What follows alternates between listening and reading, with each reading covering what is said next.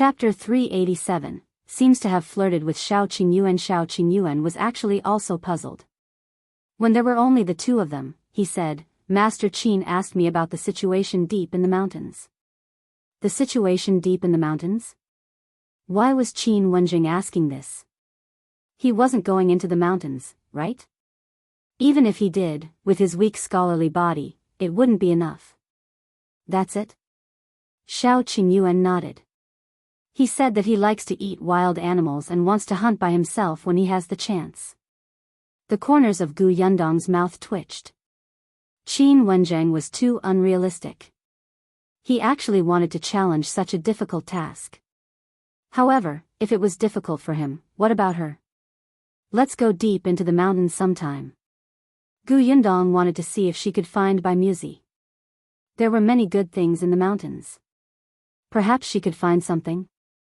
Shao Qingyuan frowned. You're going too? Of course. No, it's too dangerous. Don't I have you? He could even bring Lu Wei out safely. She should at least be more reliable and smarter than Lu Wei, right? Shao Qingyuan was speechless. He lowered his head slightly. After a while, the corners of his mouth curled up for a moment. He said in a low voice, yes. Gu Yundong blinked and finally reacted. Could it be that she had accidentally flirted with him just now? In terms of relationships, she was still very inexperienced. At this moment, she was a little embarrassed. She cleared her throat and quickly changed the subject. By the way, why did you build a house just like mine? Don't you like houses like this? It'll be your home in the future anyway. Gu Yundong felt that he was flirting with her too, but her heart was very warm. The corners of her lips curled up as she looked at Shao Qingyuan. Actually, you can just build the house the way you think. There's no need to accommodate me. Shao Qingyuan frowned and thought for a moment before saying, I don't have any thoughts. Your thoughts will be mine in the future. You make it sound nice. It's true. Shao Qingyuan's expression was exceptionally sincere. Gu Yundong suddenly recalled the first time she met him. At that time, she had seen his indifferent eyes, as if he did not care about anything. Later on, when they met again in Yongfu village, he didn't seem to care about anything. He clearly had money on him, but his house was still the old house. He only had 2 sets of clothes, and the food he ate was extremely rough. He did not look like he was living a life at all. Now, it was really different. He had changed a lot. She did not know if it was because of her that he had become warm. But Gu Yundong was happy with this change. At this thought, Gu Yundong looked up and smiled at him. I believe you. The corners of Shao Qingyuan's mouth curled up.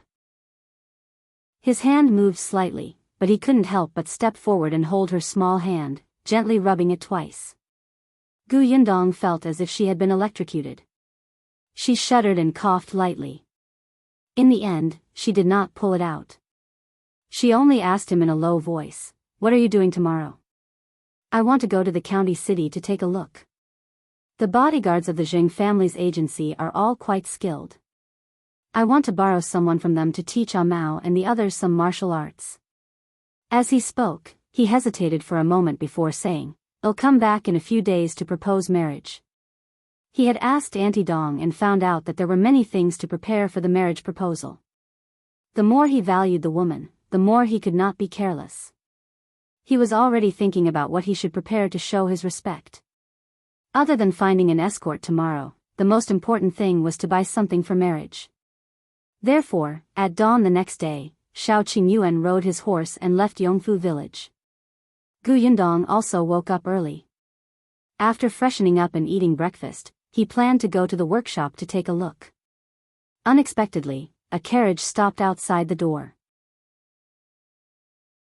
Chapter 388, Going Back on Your Words. Gu Yundong paused. The curtain of the carriage was lifted, revealing Qin Wensheng's excited face. Didn't he say that he would come back in a few days? It had only been one night. As a teacher, how could he go back on his word? Gu Yundong's condemning gaze landed on him. After Qin Wenjing got out of the carriage, he immediately said, "I'm here to bring the new student to school. I also came to ask you a few questions by the way." Yundong chuckled.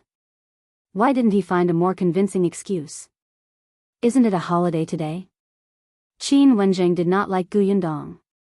Really, she did not know anything about the ways of the world. Must she say everything out aloud? This made him look like he was not very smart. Back then, he was the popular top scholar in the capital. Fortunately, Yunshu and Bian Yuanji quickly ran out. They respected their teacher, Qin Wenjing. They took him inside in awe. Bian Yuanji had heard from his cousin last night that she wanted him to study in school. He was so excited that he didn't sleep for half the night. He had been in the Gu family for nearly half a year, so he clearly understood what it meant to live under someone else's roof. Even though his cousin said that he would be her family from now on, he still had a line in his heart. He knew that he could not be willful and could not take all the benefits for granted. He had already thought it through. He would do more work at home in the future. In any case, he was already familiar with it. Unexpectedly, as soon as they arrived in Fengjiang County and before he even entered the house, his cousin had already found a teacher for him. He also knew from Shu how strict this teacher's standard for students was. Even if one had money, one might not be able to become his student. Many years ago, teacher Qin was even a top scholar. In the past, even when he saw elementary scholar in his hometown, it was already very impressive. Not only did his cousin ask him to read and write, but she also spent so much effort to find such a good teacher. The house was good too. The blanket was warm. After Shu fell asleep last night, he had actually cried secretly. He felt that the pain he had suffered previously was no longer important. Bian Yuanji was still a little nervous when he saw Master Qin. Fortunately, Qin Wenjing was quite patient with his students. He asked a few gentle questions and learned the general situation. He asked him to go to school with Yunshu tomorrow.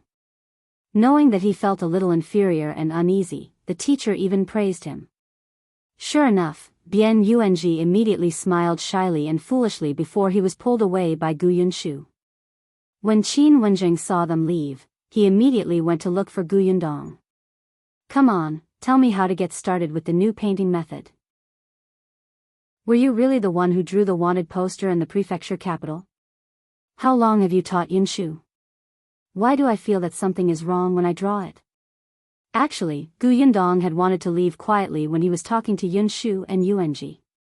She had just returned to the village and had a lot of things to do. However, Qin Wenjing was eyeing her covetously. From time to time, he would look at her. As long as she showed signs of leaving, he would immediately stand up and follow her. Yundong could only wait for him to finish speaking to Bian Yuanji. Regarding Qin Wenjing's question, Yundong did not intend to answer him in detail. She simply took out a charcoal pencil and paper and started drawing in front of him. She would draw the simple ones first, such as the square box in front of her, and then draw people. Qin Wenjing was known as a young genius. He was already a top scholar at a young age. It was better to show him in detail. Yundong felt that he would be able to understand it better this way. Chapter 389, What About Your Father? Yidat by Senvel. As expected, after 2 drawings, Qin Wenjing's eyes began to light up. Then, he started to draw. He seemed to have found the feeling. After drawing, he looked at it carefully for a moment. Then, he looked up and said, "Thank you. I'll go back and think about it. If there's anything I don't understand, I'll come and ask you." You really don't hold back. You said it. A deal is a deal. I don't have to be polite. Yundong choked. Seeing that he had rolled up the drawing paper and was about to leave, she suddenly thought of something and hurriedly said, "Wait for me for a while." As she spoke, she lowered her head and quickly focused on drawing a few portraits. It was a few unfamiliar faces. Qin Wenjing looked at her in confusion. Yundong handed him the 3 drawings. You said that several people in the prefectural city have already learned this drawing method, so I don't have to worry about being exposed. This is my aunt, her husband, and fourth uncle. I know that you have connections in the prefectural city, so I would like to trouble you to paste them to the eye-catching place at the city gate. Qin Wenjing did not refuse. After taking a look, he accepted them. What about your father? At the mention of Gu Dajiang, Gu Yundong was still a little hesitant. After some thought, she told Qin Wenjing what she had heard in Qingyuan Prefecture. Qin Wenjing frowned slightly when he heard this. After pondering for a moment, he said, "Your concerns are right. I didn't expect your father to be involved in the capture of the bandits. If his portrait is used by the bandits to find him, not only will we not be able to find your father, but we will also harm him." As he spoke, he hesitated for a moment before saying, "Since both you and your father are related to this matter, I won't hide it from you. There's indeed someone behind the bandit leader that was captured in the Xuanhe Prefecture that day. Furthermore, they might be in the Xuanhe Prefecture. After those bandits harmed the Qingyuan Prefecture, he didn't escape elsewhere. Instead, he came to the Xuanhe Prefecture." Gu Yundong was stunned for a moment before rejoicing. Previously, she had thought that the matter was not as serious as she had imagined. After all, both she and Gu Dajiang were insignificant people. Even if they played a certain role in capturing bandits, those bandits might not remember small fries like them. Now that she heard Qin Wenjing say it so seriously, she thought that it was right to take away the missing person notices when she left the Qingyuan Prefecture. "Qin Wenjing, I'll get someone to post these 3 portraits to the prefectural city. You can also draw 2 portraits of Gu Dajiang for me. I'll get someone to secretly keep an eye on them without exposing the portraits." Gu Yundong nodded and lowered his head to continue drawing. Qin Wenjing said, "Moreover, according to you, the commander your father met back then was Commander Zhao from the Xuanhe Prefecture. Ever since he contributed to pacifying the chaos, he has already gone to the capital. I'll write a letter and ask my friends in the capital to ask Commander Zhao if there's any news of your father." Gu Yundong's eyes lit up and she could not help but stop drawing. "Thank you. There's no need. Actually, you said that your father only left Qingyuan Prefecture half a month after quelling the chaos. He must have confirmed that you were not there and even learned about your whereabouts. There are only 2 places he can go. One is Gu Village, and the other is Xuanhe Prefecture." Gu Yundong thought so too.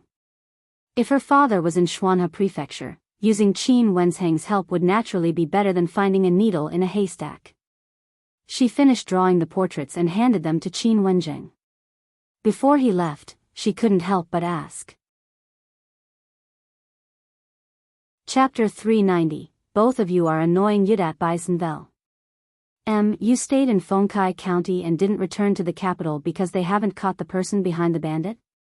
Gu Yundong had long found it strange.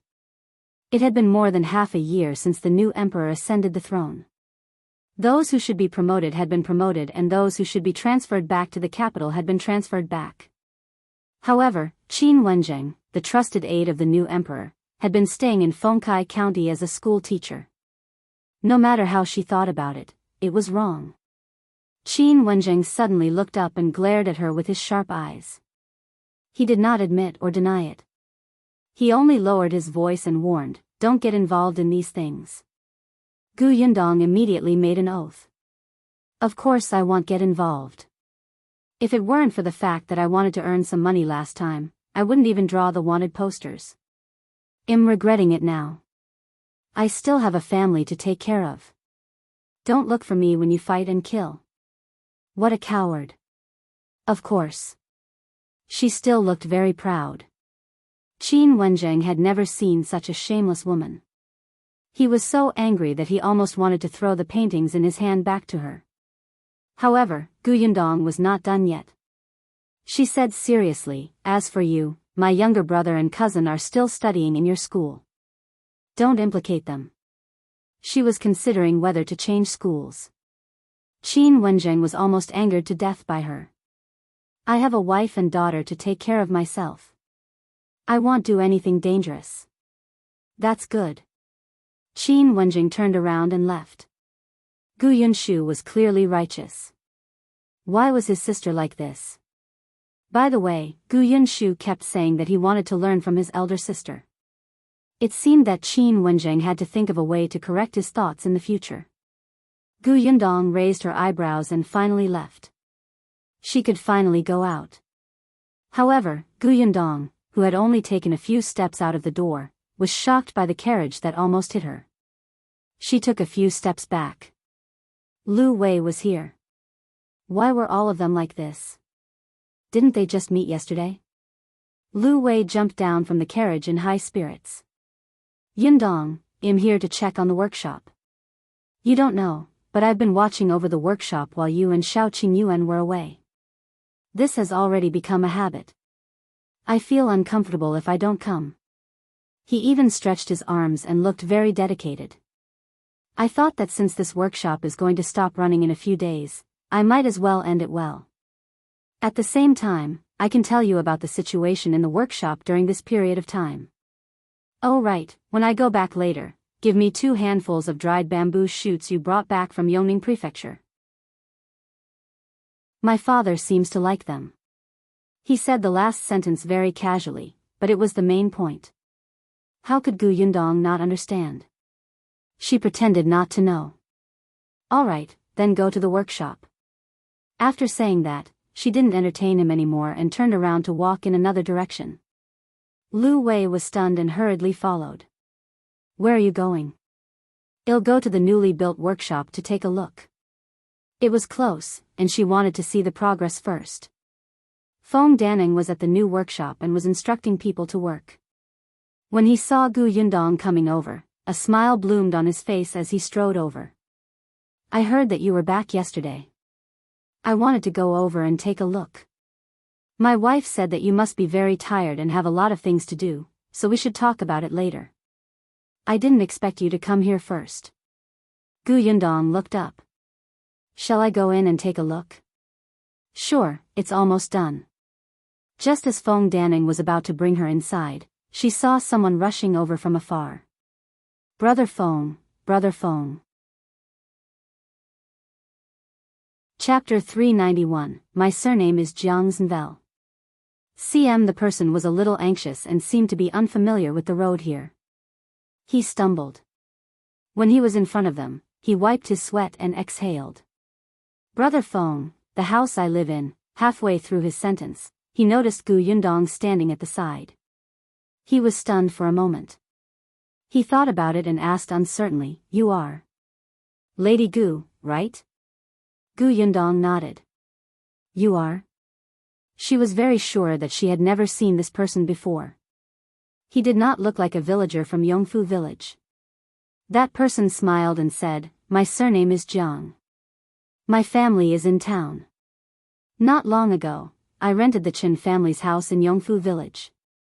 Gu Yundong remembered that Aunt Ku had mentioned last night that Qingyuan was married and her mother had moved to town. Naturally, their house had been vacated. In the end, someone from town came to Yongfu village and rented the house. So this was it. This person looked to be in his 40s, but he seemed refined and even had a beard. He looked out of place in Yongfu village. When he stood with Feng Danning, he looked more like a boss or a long-term worker. Knowing who he was, Gu Yundong nodded slightly. On the other hand, Feng Danning asked, Brother Jiang, why are you looking for me in such a hurry? Jiang Yongkang suddenly slapped his leg. I almost forgot. I don't know why, but there's a big hole in the roof of the house I live in, so I want to trouble Brother Feng to help me take a look and repair it. Feng Danning nodded.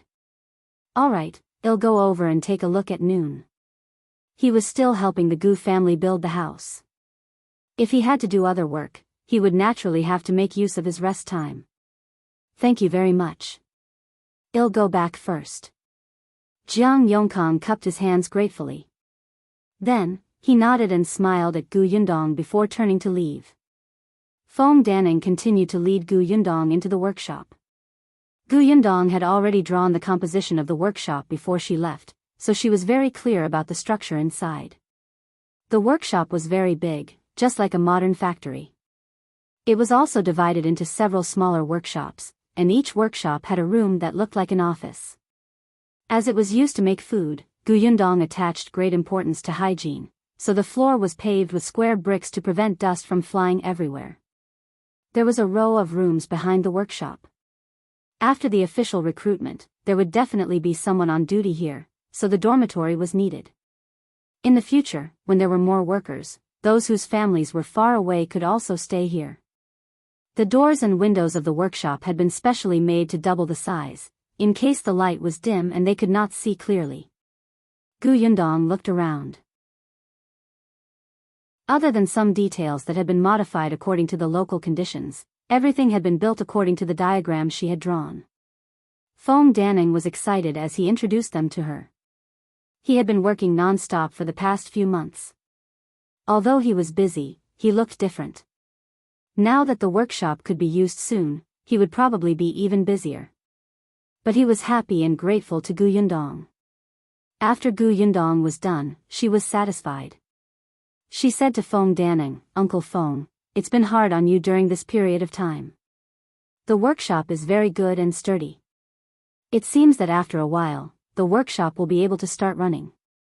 Feng Danning laughed out loud. "As long as you're satisfied." The two of them walked out of the door as they spoke. Thinking of Jiang Yongkang, Yundong could not help but ask, since he's from town, why did he come to our village for no reason?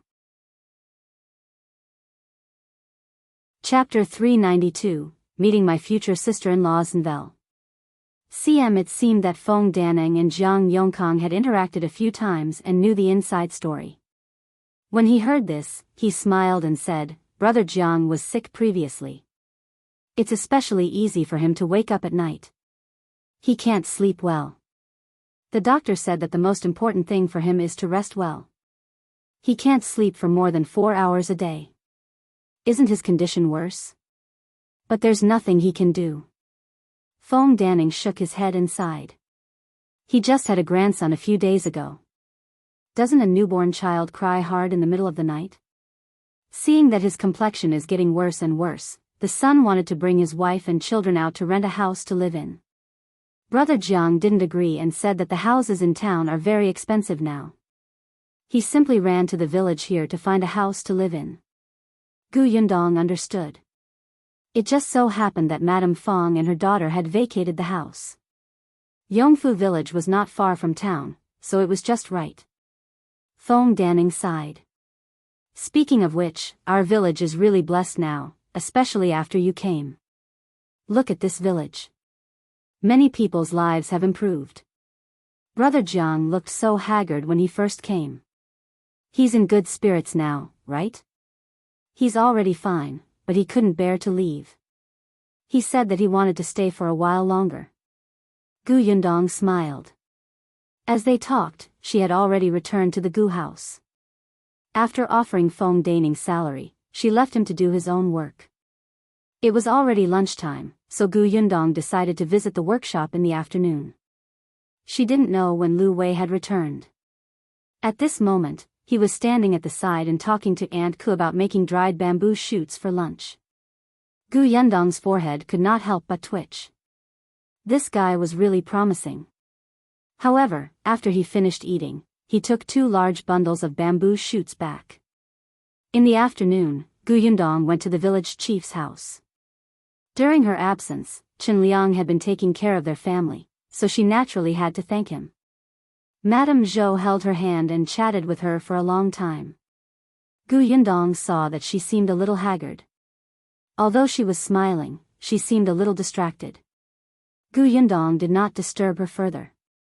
After exchanging a few pleasantries, she left. When she passed by the Shi family, she saw that their door was open. She knocked and entered. He was the only one in the Shi family. When she saw her enter, she quickly stood up and made her some sugar water. "Miss, take a seat first. Dashan is in the field. I'll go find him." "No need." Yundong stopped her. "I saw that the door was open, so I came in to take a look.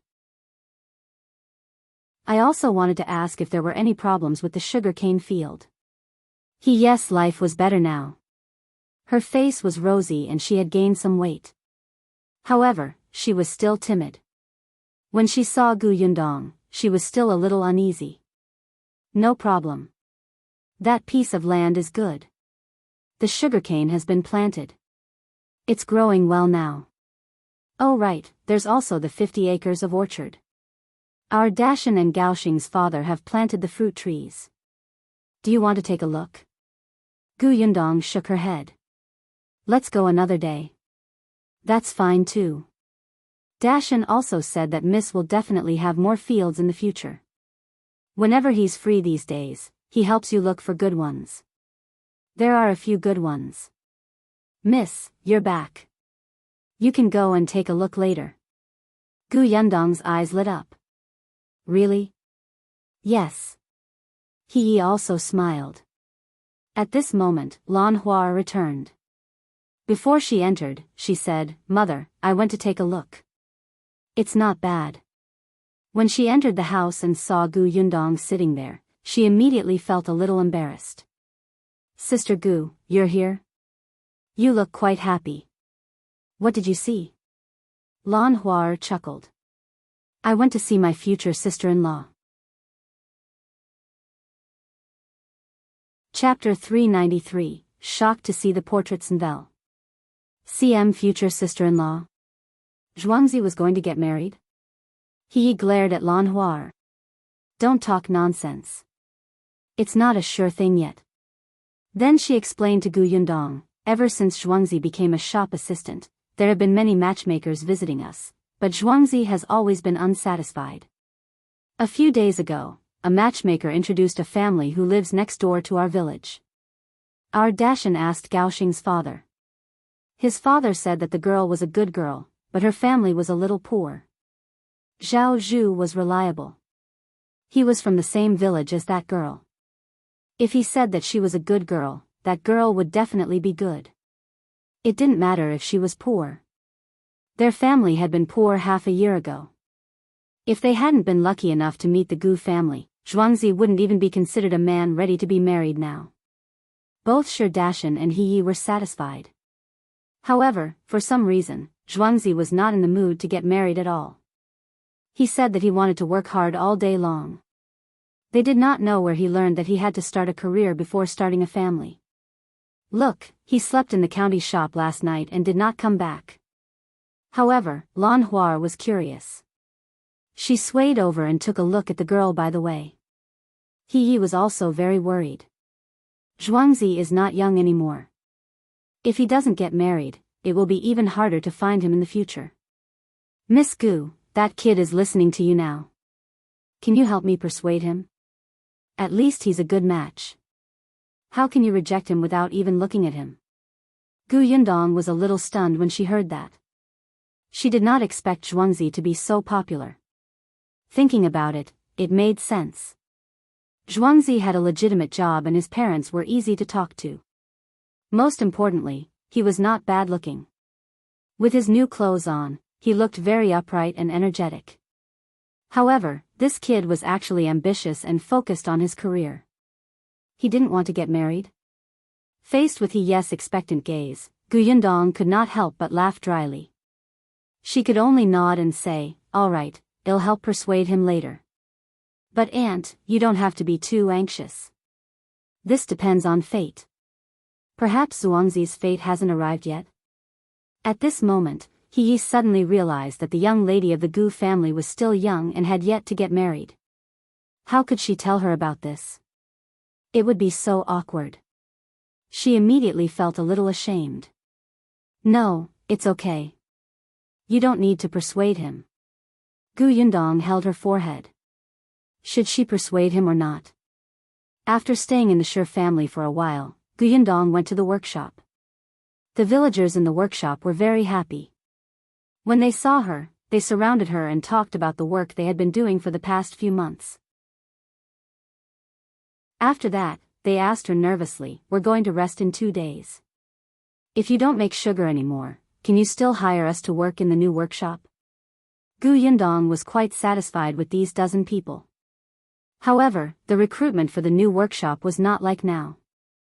At that time, they could only continue if both sides could accept the conditions. If we recruit more people from the new workshop, we'll have to hire long-term workers. Long-term workers are different from short-term workers. Think about it carefully these few days and see if you want to come. We'll talk about other things when you come over. Everyone fell into deep thought when they heard that. Yundong only went back after she was done with the workshop. She didn't expect Shao Qingyuan to still not be back at night. Didn't he go to the bodyguard agency to look for someone? Could there be something else? Shao Qingyuan aside, Qin Wenzheng had already taken the portraits Yundong had given him and asked someone to bring them to the Shuanhe Prefecture to paste them on the wall. Not long after they were pasted, an old woman carrying a basket came over to join in the fun. With just one look, her expression changed on the spot. She hurriedly squeezed out of the crowd and left in a hurry. Chapter 394, News of Aunt Guzenvel. The old woman's expression was tense. After turning 2 alleys, she finally entered the back door of a mansion with the surname Zhou. Then, she passed through the corridor and hurriedly walked towards the snow-blowing garden. On the way, she encountered a maidservant who asked her a question. She did not bother to answer and only handed the basket to her. She had already entered the courtyard. There was only one woman in the room. She was dressed in gold and jade and was lazily leaning against the couch, eating peaches. Seeing her rush in, she raised her eyebrows slightly. "Mrs. Ren, what's wrong with you? Look at how flustered you are." Mrs. Ren looked around and saw that the maidservants were all outside. She took 2 steps forward and whispered a few words into the woman's ear. When the woman heard this, she immediately straightened her body and frowned slightly. She did not even bother to eat the peach. "Are you serious? Is that portrait really the same as Gu Deifeng's?" Mrs. Ren thought for a moment. "It's a little different. There's a scar missing from that portrait." The woman narrowed her eyes slightly and frowned thoughtfully. "Who would look for them? Is there anyone they know in Shuanhe Prefecture? By the surname of Ku?" She thought for a moment and instructed Mrs. Ren, "Go and find out who that family in Fish Rice Alley is." "All right." Mrs. Ren turned around and was about to leave when the woman stopped her. "Wait, be quiet. Don't expose yourself. Also, go to the backyard and give the order. From today onwards, she's not allowed to walk around casually. She's not allowed to leave the Zhou family." "All right." After Mrs. Ren left, the woman no longer had the mood to eat. She just waited anxiously for news from Mrs. Ren. It was only when the sky was about to turn dark that Mrs. Ren returned. However, from her expression, it did not seem to be going well. "I've asked around. The Ku family in Fish Rice Alley only has a widow whose husband has died. She has lived in Fish Rice Alley for many years. It's just that I don't know where this woman has gone recently. I asked the neighbors around and they said that she left after the new year. I asked in detail, and the neighbors asked about my identity. I couldn't say it directly, so I said that I was an old friend of that woman. In the end, the neighbors seemed to be suspicious and asked me to go to the Nye Manor to look for young Master Nye." Nye Manor? The Nye Manor belonged to a large family in the Shuanhe Prefecture. They had a lot of connections and backers. Just that mansion alone was more than 2 times larger than the Zhou family. Mrs. Ren sighed. "Our Zhou family has just arrived at the Shuanhe Prefecture and our foundation is unstable. It's difficult for Old Master to get in touch with the Nye family. If we offend the Nye family, Old Master will probably be furious. It's not good for me to ask around, so I came back." The woman's expression turned ugly. She secretly scolded Mrs. Ren for being useless, but she suppressed it and did not say anything. After a while, she said, "I didn't expect Gu Dafeng to get close to the Nye family. Don't let anyone know about this, especially Master. Also, find someone to put up another notice on the wall when no one is paying attention at night. At least cover half of that portrait for me. I'll do it now."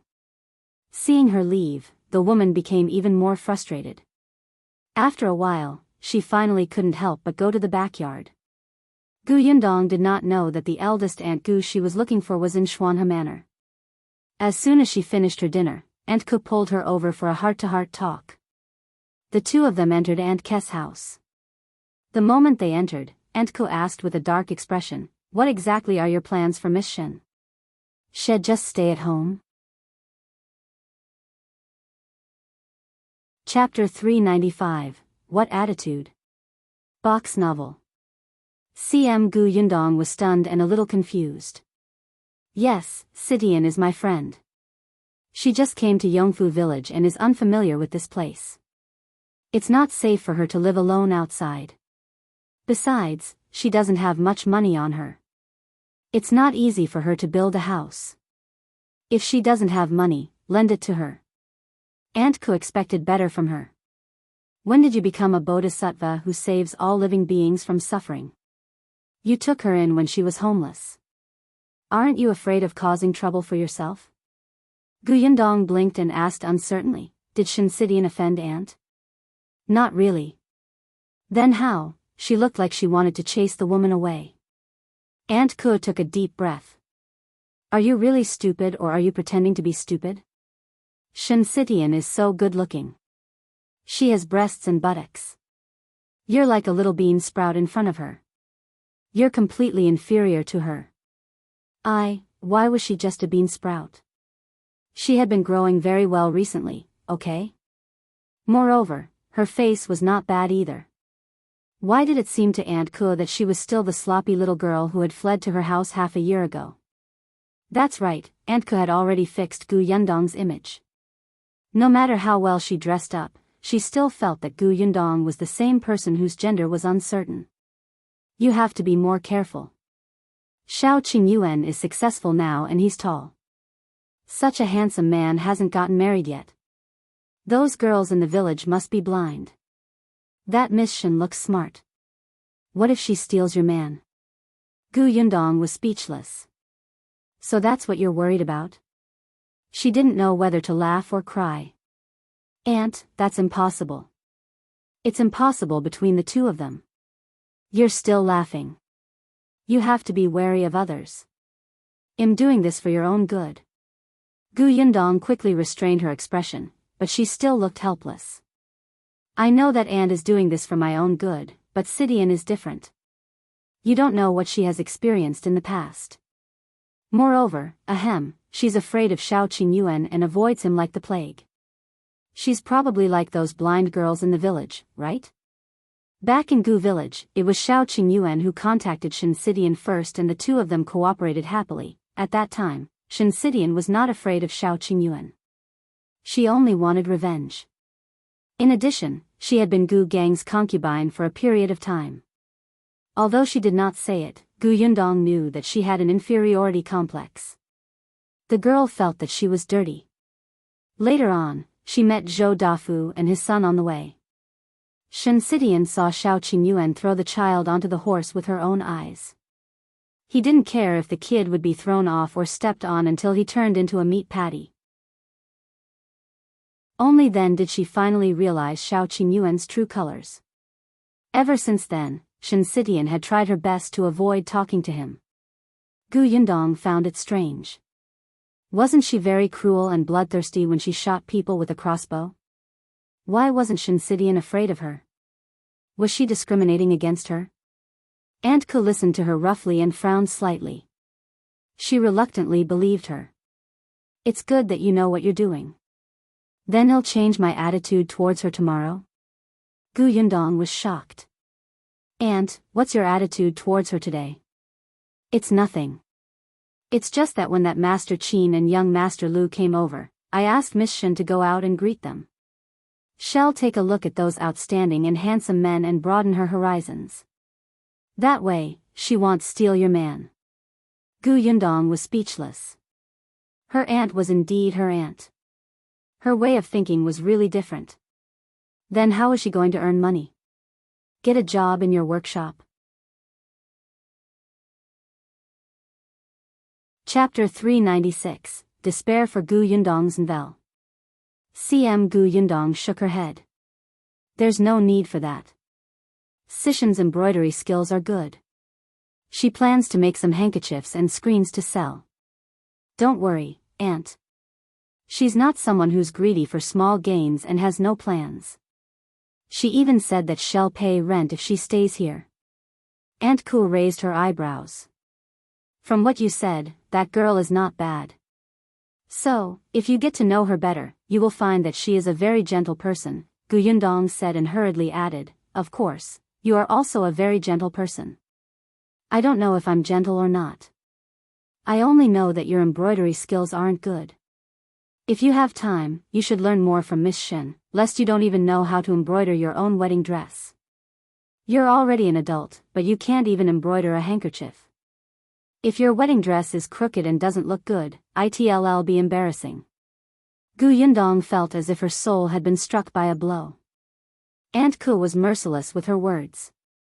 Wasn't it good to give her some face and talk about her other merits? Isn't the wedding dress something you can buy? Aunt Ku glared at her.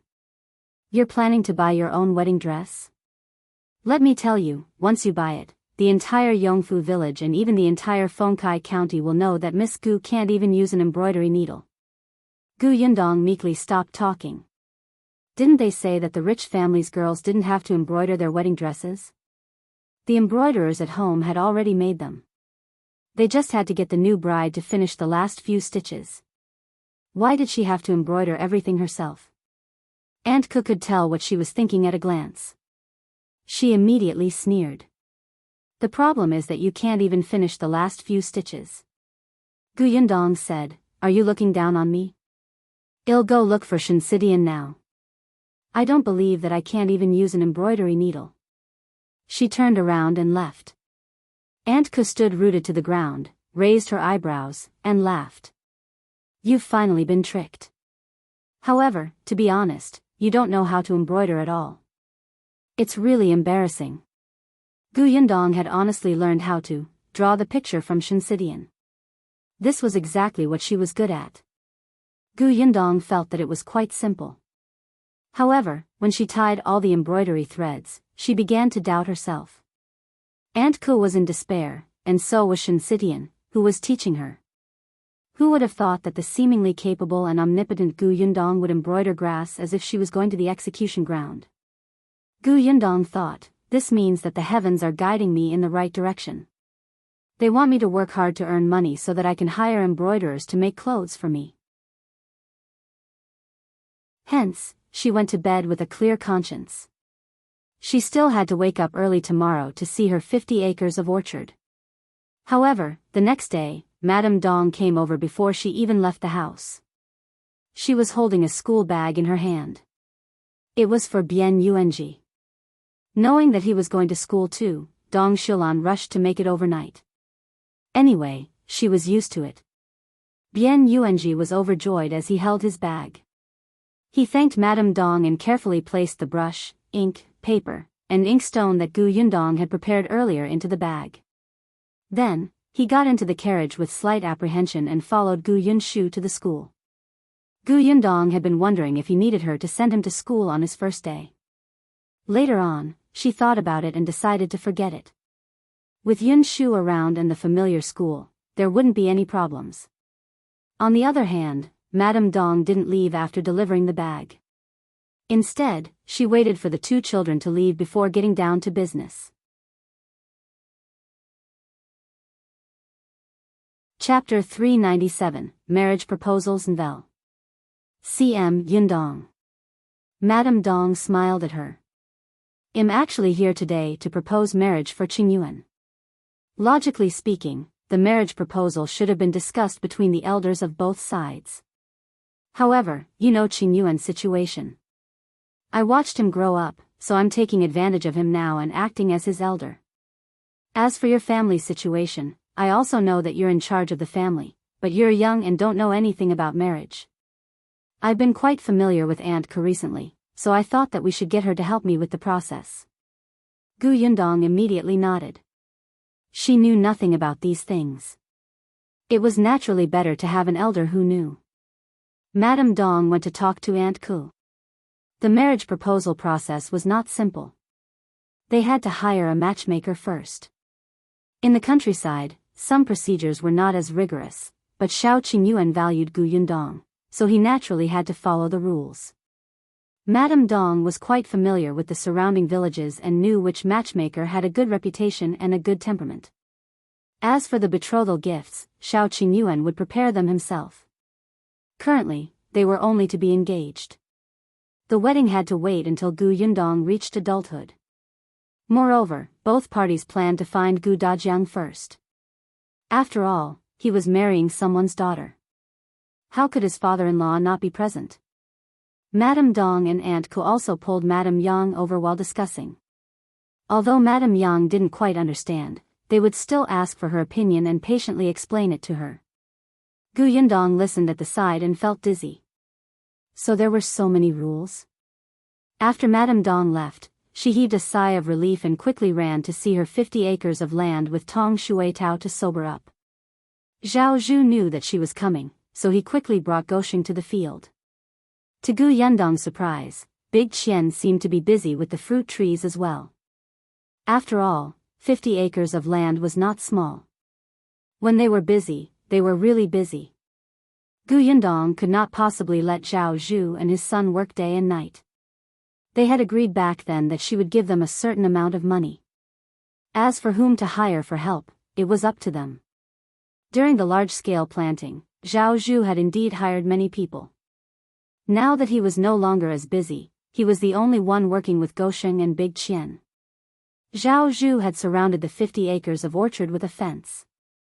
There were also 2 dogs inside, looking very fierce.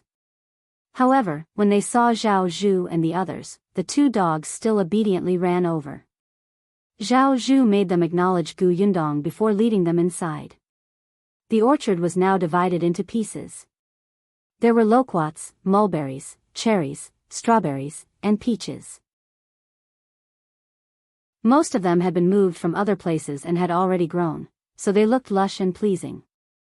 The place was still too small. Now that she had money in her hands, shouldn't she set up a farm? Gu Yundong thought about it and could not help but say, I didn't expect Uncle Zhao to be able to find so many fruit trees. At that time, I thought that half of them would be good enough. The orchard is also well managed. Uncle Zhao, you've worked hard. Zhao Zhu's cold and stern face softened slightly. He smiled and pointed at Big Qian behind him. Big Qian found quite a lot. Gu Yundong was surprised. She looked at the person who had been following them silently. Big Qian was still a little embarrassed. He said softly, it's just a coincidence.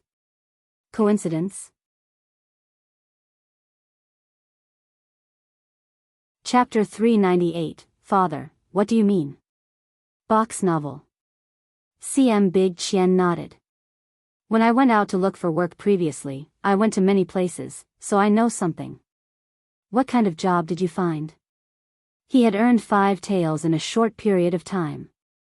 Big Qian was even more embarrassed. I'd do anything. I've been to many villages. Some families need someone to carry things when they get married. Some need help when they go up the mountain. Some need to withstand beatings when they fight. Anyway, they'll go wherever there's money. In fact, these jobs did not earn much money. There was once when a rich young master offended someone. His figure was similar to that of the rich young master, so he pretended to be that person and was beaten half to death. In the end, the rich young master saw that he seemed to have vomited blood and directly threw 5 taels of silver to him. Actually, the blood was not Big Qian's. It was just chicken blood. He had deliberately spat it out in front of the rich young master. At that time, he thought that he could get 10 taels of silver. He did not expect that the person was very stingy and only gave him 5 taels. However, it was enough. He took the silver and hurried back. However, he had indeed gone to many places. He had not only gone to the villages near his county, but he had also gone to the neighboring county. Therefore, Big Qian knew very well where the fruit trees were. Gu Yundong did not expect him to have such a harvest. Then can you purchase fruits? This time, you won't purchase fruit trees. You'll purchase fruits of good quality. Can you do that? Big Qian seemed to have realized something and suddenly looked up. His eyes were slightly excited, but he immediately nodded. Yes. I need a lot of fruits, but I also need you to negotiate the price. Nowadays, fruits were not cheap. Yundong wanted a large quantity, so it had to be cheap. Big Chen was more cautious this time and agreed without hesitation. He pursed his lips and finally said firmly, I can do it. Alright, I'll get 2 people to go with you another day. Think carefully about which fruit you want to collect and which village you want to go to. You also have to consider the time it will take to travel back and forth. Come to Yongfu village to look for me when you're done thinking about it. We'll talk about the salary then. Big Chen nodded heavily. Okay, I'll definitely think about it carefully. Yundong looked at the orchard again. After asking Zhao Zhu about the planting, she planned to leave. However, just as she turned around, Big Chen chased after her. When he reached the entrance of the orchard, he took a deep breath and said solemnly, Boss, thank you. Yundong was stunned for a moment before she understood that he should be referring to the time when Grandma Qian came to her house. She smiled. Do a good job. Then, she left with Tong Shuitao. I will. Big Qian was overjoyed. He stomped his feet and ran home. Zhao Zhu and his son, who came out later, looked at his departing back with slightly complicated expressions. Gosheng, in particular, sounded a little envious. Big Qian is going to be successful too. Why? Don't you want him to be successful? Gosheng shook his head. No, I just feel like I'm the only one who doesn't have anything. Zhuangzi went to the county city to work as a clerk. I heard that he planned to do a good job and try to become a shopkeeper in 2 years. Now that Big Qian has been put in an important position by Miss Gu, he might be a manager in the future. I'm the only one here to carry water and turn the soil every day. Zhao Zhu reached out and patted his head. Why? Do you dislike it? Let me ask you, who told you that you're useless just because you carry water and turn the soil every day? Gosheng looked up in confusion. Dad, what do you mean? Chapter 399, Send You to Learn Martial Arts Nvel. CM Zhao Zhu looked at his son's ignorant expression and sighed inwardly. It was his fault. In the past, he married the wrong woman, who was heartless and indulged his son, nurturing his domineering and stupid personality. However, when he saw that, he only hit and scolded his son when his son caused trouble.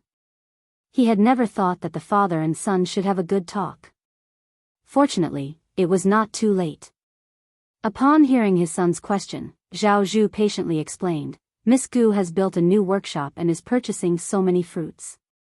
She will definitely be in the fruit business next. Now that the fruits outside are expensive, she bought an orchard and planted them herself. Just watch. In the future, her orchard will definitely not only be 50 acres here. It will expand. If you manage the orchard well and the fruits grow well, you might become the manager of the orchard in the future. Gosheng was stunned for a moment.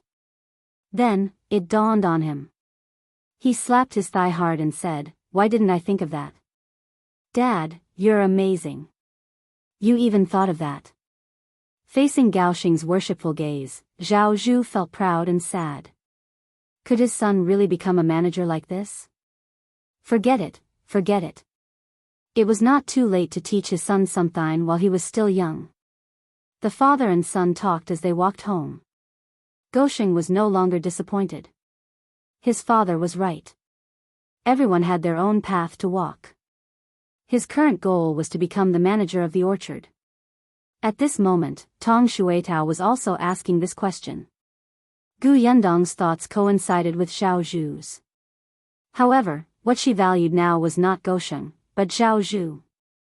Tong Shuitao did not fully understand, but she seemed to have thought of something else and quickly said, Then, miss, how can I help? Don't you think I'm strong? Can I follow them to purchase fruits? I can carry 2 big boxes alone. Yundong raised his eyebrows. You want to purchase fruits? I just think that Big Qian looks like a weak chicken and is easy to beat up. I can help him. Yundong fell into deep thought. Tong Shuitao asked again, Miss, can I go? Shueitao, do you like martial arts? Tong Shueitao was stunned. Why did the topic change so quickly? However, she still nodded quickly. I like it. I've been strong since I was young. At that time, I thought that since I can't be a little woman, I'll be a heroine. Unfortunately, she was just a servant and could only carry water and chop firewood. Yundong said, Brother Shao has been looking for bodyguards to teach Mao and the other 3 martial arts. If you're interested, you can learn with them. However, you're a girl after all, so it's a little inconvenient. It's convenient. Before Gu Yundong could finish speaking, Tong Shueitao hurriedly expressed her stance. People in the martial arts world don't care about trifles. There's no distinction between men and women when learning martial arts. There's no need to be so particular. Besides, I'll be just watching from the side. If there's anything wrong, just let the escort point it out for me. We won't have any contact. Gu Yundong looked at her anxious expression in amusement. Then, do you want to purchase fruits or learn martial arts? Tong Shueitao was actually in a difficult position for a moment. After a long time, she gritted her teeth and said, I'll be learning martial arts. If I learn it well, I can protect Mississippi. It'll be even more useful in the future. Gu Yundong smiled. Alright, I'll ask Brother Shao when we get back. Tong Shueitao became happy, and her footsteps became a little impatient. Unexpectedly, just as the 2 of them reached the entrance of the Gu residence, they saw 4 to 5 people gathered outside.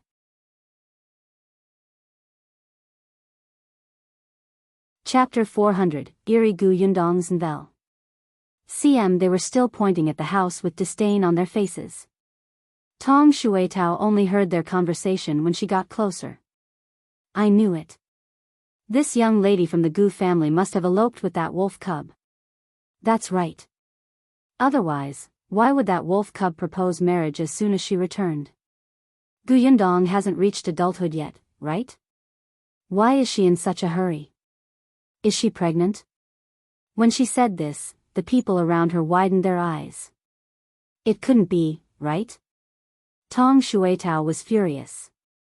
You gossipy old women, I'll tear your mouths apart.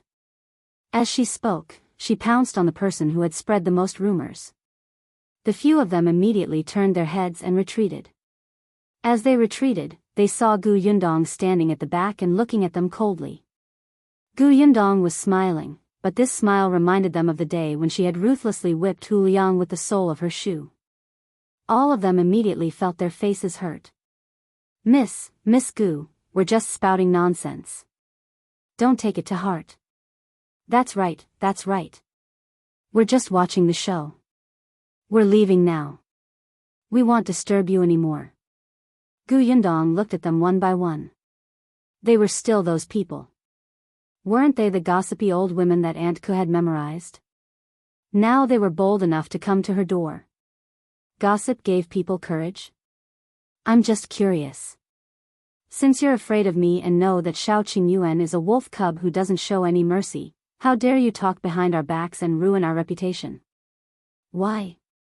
Aren't you afraid that the 2 of us will join forces to take revenge? The faces of those old women instantly turned pale.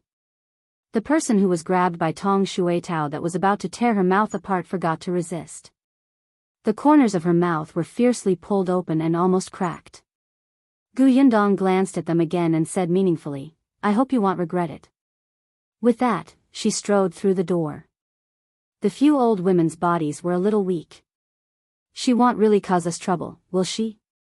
Let's go, let's hurry home. The door was cleared in an instant. Tong Shueitao looked outside and finally reported to Gu Yundong in satisfaction, they're all gone. Miss is indeed impressive. You scared them so much that they didn't even dare to fart. Gu Yundong felt that not only did Tong Shueitao have to learn martial arts, but she also had to learn how to read. This flattery made her feel good. She walked inside. Before she reached the central room, she heard an unfamiliar voice. Gu Yundong paused for a moment before continuing forward. When she got closer, she realized that the person who spoke was dressed like a matchmaker. She was counting Shao Qingyuan's merits. When she saw Gu Yundong, her eyes lit up. Oh, she's indeed a good-looking girl. No wonder young Master Shao values her so much.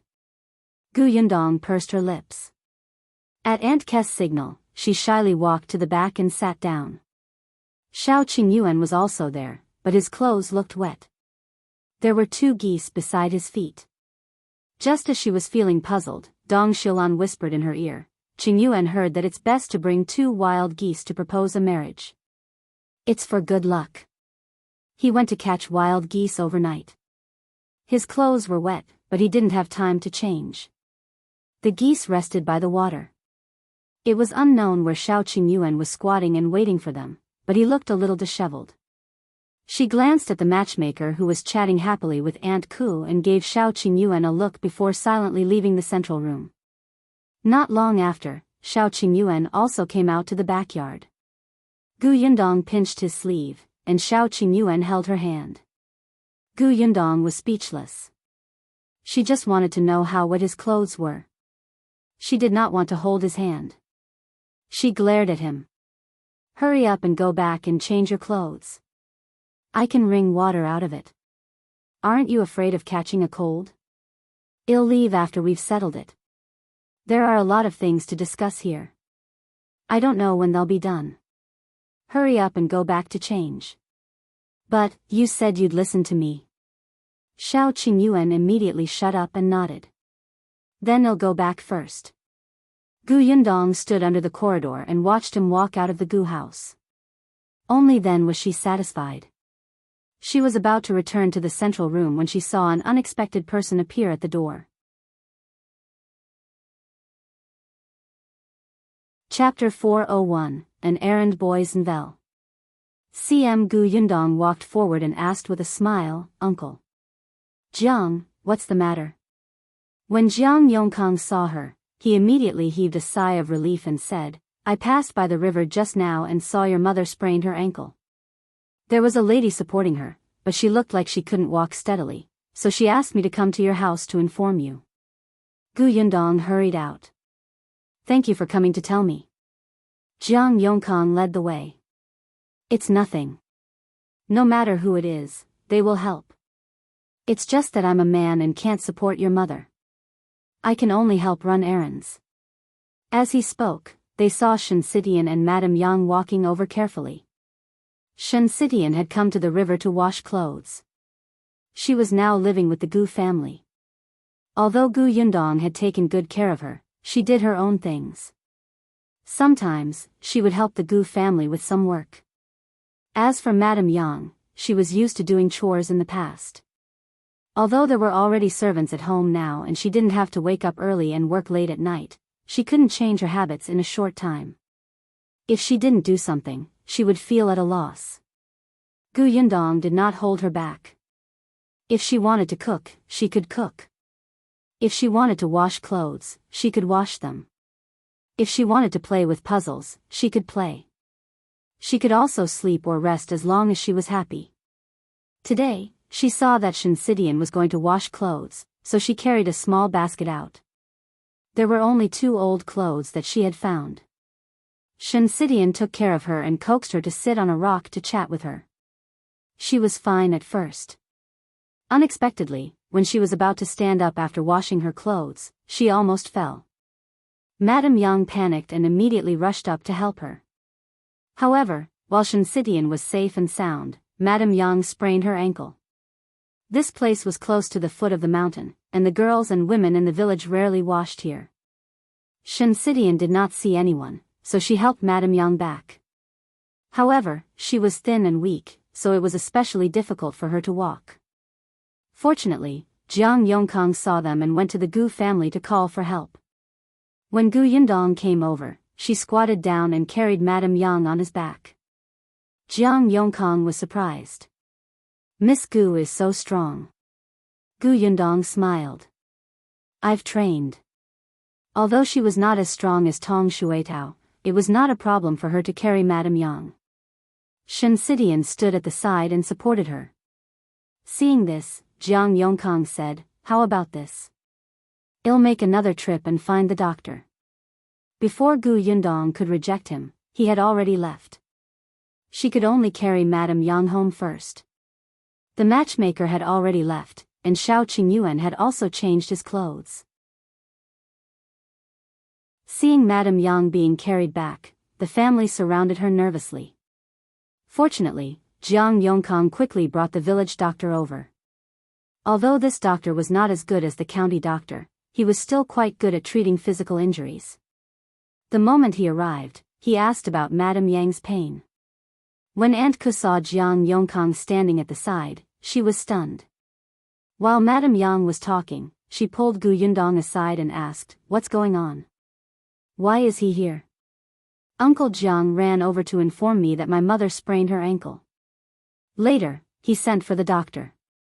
Aunt Ku nodded and walked back with Yundong.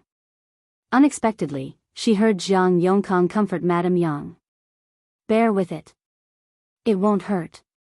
However, Madame Yang kept shaking her head and refused to let the doctor touch her feet. When she saw Yundong coming over, she seemed to have found her backbone and reached out to hug her. She stretched out her trembling feet for the doctor to treat her. Yongkang. Chapter 402, Closing the Workshop's Bell. As long as Yundong was by her side, Madame Yang was not afraid of pain. During the treatment, she did not even cry out. She only hugged Yundong's waist with extra strength. After the doctor left, Tong Shuitao carried Madame Yang back to her room to rest. Only then did Yundong express her gratitude to Yongkang. Yongkang waved his hand. "It's just running around. It's not worth the thanks. Since there's nothing else, I'll leave." Yundong asked him to stay for tea, but he rejected her. As soon as he left, Aunt Ku pulled Yundong to talk about the outcome of the matchmaker's conversation. Since both parties were interested, they should use their birth dates to calculate and see if they were suitable. There was no need for Yundong to worry about the rest. Aunt Ku felt that she was not her biological mother after all, so she had to explain every step to her. Yundong gave her the date of birth and went back to work. The sugarcane was gone, and it was almost time for the workshop to close. On the last day, Yundong went to the Liu family's courtyard. Yundong smiled when she saw that the courtyard had been tidied up and that the villagers were extremely reluctant to leave. "It's been hard on everyone for the past few months. Besides your salary in the last month, you will be given an additional 100 copper coins as a reward. Everyone, rest well." When everyone heard that there was a bonus of 100 copper coins, they instantly came back to their senses with faint excitement on their faces. "There's one more thing. I've told everyone last time that the workshop here has stopped. The new workshop will start work again in a few days, but this time, the workshop will recruit long-term workers. Have you thought about it when you go back?" Wang Xuanzi was the first to respond. "I'll do it."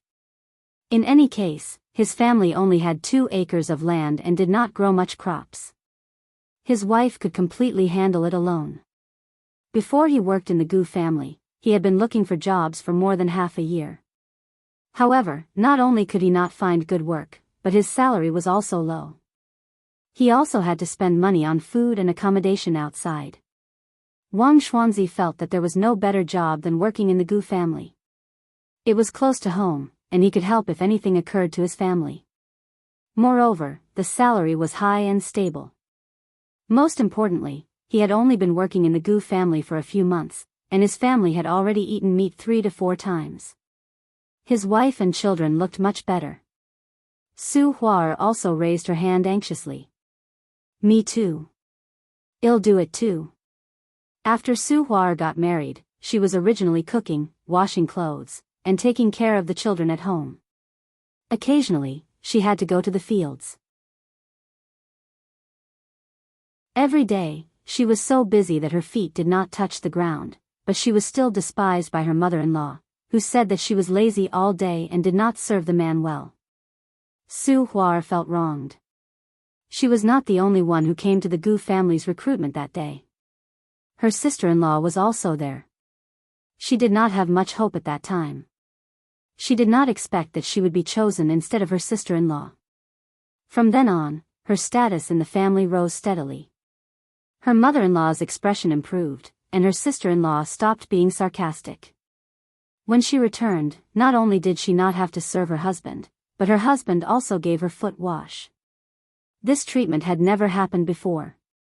Su Hua understood how important this job in the Gu family was to her. It didn't matter how much the salary was. Anyway, the family didn't split up. She had to hand over the monthly earnings to her mother-in-law.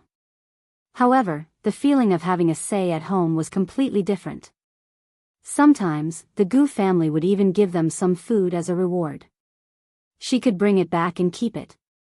Therefore, when the Gu family said that they wanted to recruit long-term workers, Su Hua accepted without even thinking about it.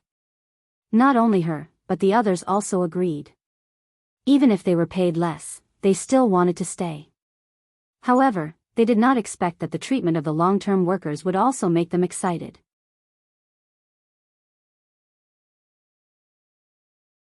Chapter 403, The Gu family is recruiting long-term workers. Sinvel. CM Gu Yundong counted, and in the end, 12 people agreed to stay.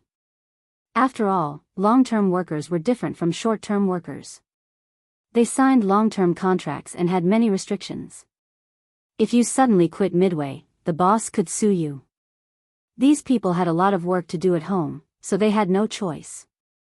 The Lu family had originally rented the courtyard to Gu Yundong as a temporary workshop. The three of them worked here as temporary workers. Now that they were going to sign a long-term contract, only the couple agreed. As for Father Lu, firstly, he was old, and secondly, there was other work at home.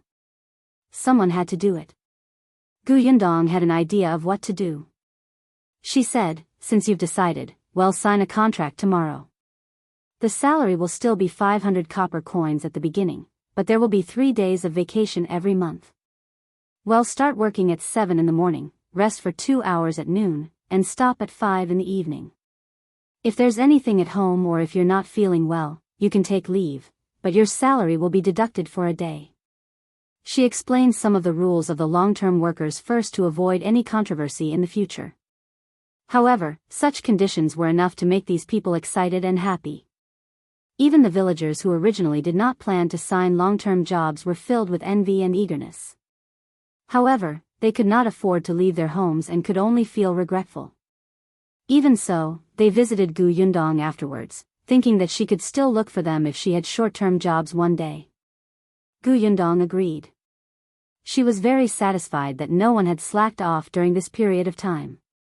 Once the matter was settled, Gu Yundong gave everyone their wages. Every month, on this day, everyone's eyes would light up, especially in the last month. Gu Yundong promised to give them an extra 100 copper coins. After settling the wages and coming out of the Lu family's courtyard, she looked up at the sky and heaved a sigh of relief. Big Chen had already gone to other villages to collect fruits. Eldest Tong and Lu Wei, who had joined in the fun, followed him. Gu Yundong also did not understand why Lu Wei was so enthusiastic about her business even though he did not care about his own business. No wonder old Master Lu wanted to throw him away every time he mentioned him. Shao Qingyuan also invited the escort from the Jiang family's bodyguard agency over.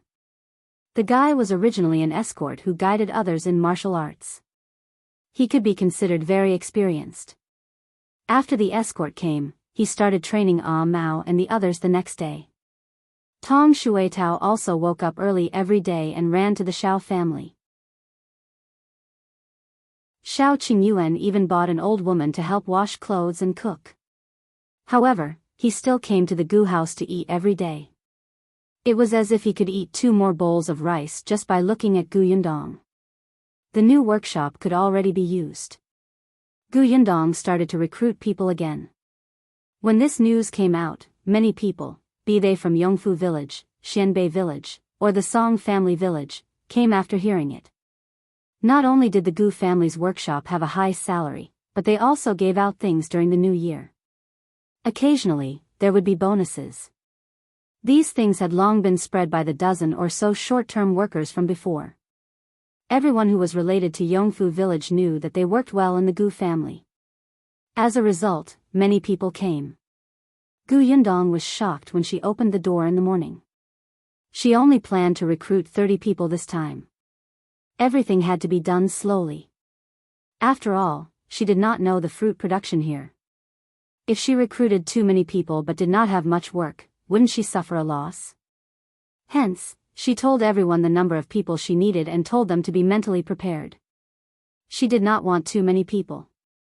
Then, she got everyone to line up. The person sitting at the desk taking notes was the second son of the Tong family, Tong, and previously, this person was the fastest and most diligent when he learned how to read. Now that a few months had passed, he could recognize the basic words.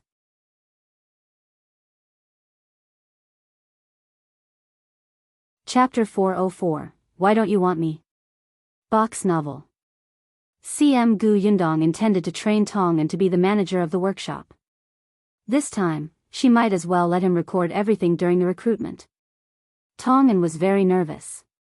He had always been the type to work silently. He did not expect his boss to value him so much.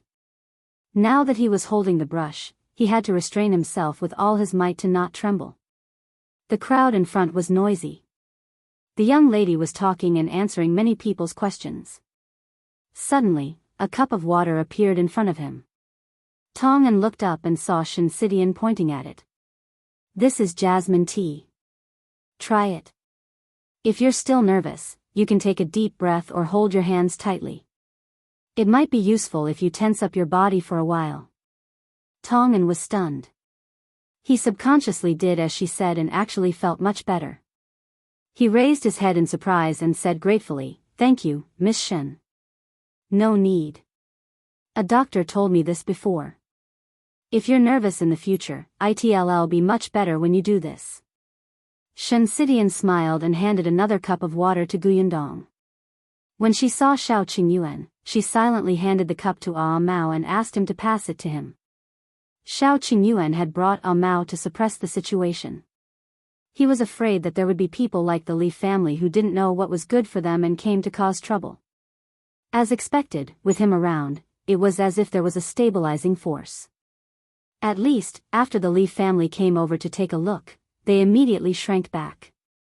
The villagers had already lined up obediently. Yundong took a look and said, "The Gu family's workshop is for food, so the minimum requirement is to dress neatly and cleanly. Those who can wring a pile of mud out of their sleeves don't have to queue." The crowd immediately buzzed, especially those who had not showered, washed their hair, and changed their clothes for a few days. They immediately wished they could hide their sleeves. Slowly, some people came out of the group, and a few people simply ran home and quickly washed their hair and changed their clothes before coming back again. But Yundong would not wait for them. She began to call for people and ask about their situations. Although she had given preferential treatment to her fellow villagers this time, if there was anyone good in the neighboring villages, she would naturally want them. After stating her basic request, she sat at the side and waited for Tong to handle everything. After relieving his nervousness, Tong raised his brush again. It actually made people feel uneasy when facing him. As long as he asked, the villagers would answer honestly.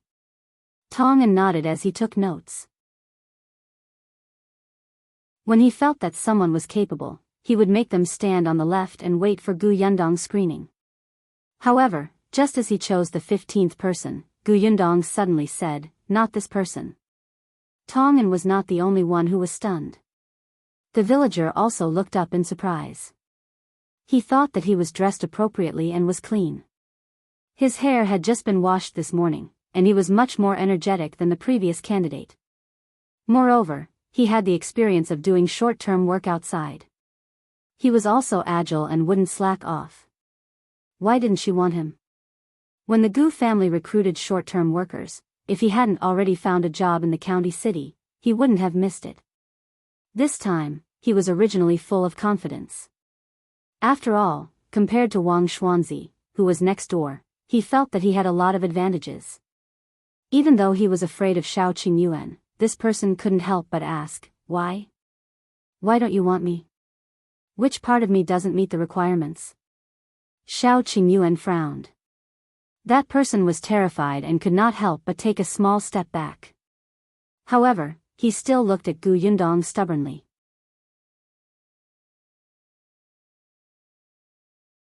Chapter 405, Holding a Grudge. Snvel. CM Yundong did not ask Shao Qingyuan to appear. She just calmly took a sip of tea and smiled at the person. After a while, seeing that the person was getting impatient and irritable, she said, "Why don't I want you?" She raised her eyebrows. "You might as well go back and ask your wife." That person was stunned. Ask his wife? His wife was also here. He turned around to look for his wife. Sure enough, he saw his wife, who was also puzzled, behind the crowd. That person took a few quick steps forward and couldn't control his volume when he was in front of her. He asked loudly, "Tell me, what did you do? Why don't they want me?" His wife shook her head in confusion. The next moment, she suddenly reacted. "No, it can't be, right?" Her expression changed instantly. The man in front of her naturally saw it and immediately roared, "What's going on?" I only gossiped about the Gu family's girl last time." "What gossip?" "I just said that she hasn't been back for a few months and she might have run away with the wolf cub." The more she spoke, the softer her voice and the paler her face became. The man felt as if he had been struck by lightning. He knew that his wife was a little gossipy, and she could talk about every little thing in the village for half a day. In the past, he did not take it seriously. Which one of the villagers who had nothing better to do was not like this? However, he didn't expect her to gossip about the Gu family and Shao Qingyuan. She could be so stupid to talk about the two people that she could not afford to offend. Most importantly, they knew about it. The man was so angry that his hands began to tremble. It was fine if this prodigal woman couldn't help the family properly, but she even destroyed the job he had been longing for. His wife saw that he was furious and hurriedly apologized to Yundong. "Miss Gu, I was wrong. Look at my husband. He's very capable. You won't lose out if you hire him as a long-term worker." Yundong smiled. "No matter how good he is, I won't accept him. Since he wants to be my family's long-term worker, he'll be your boss.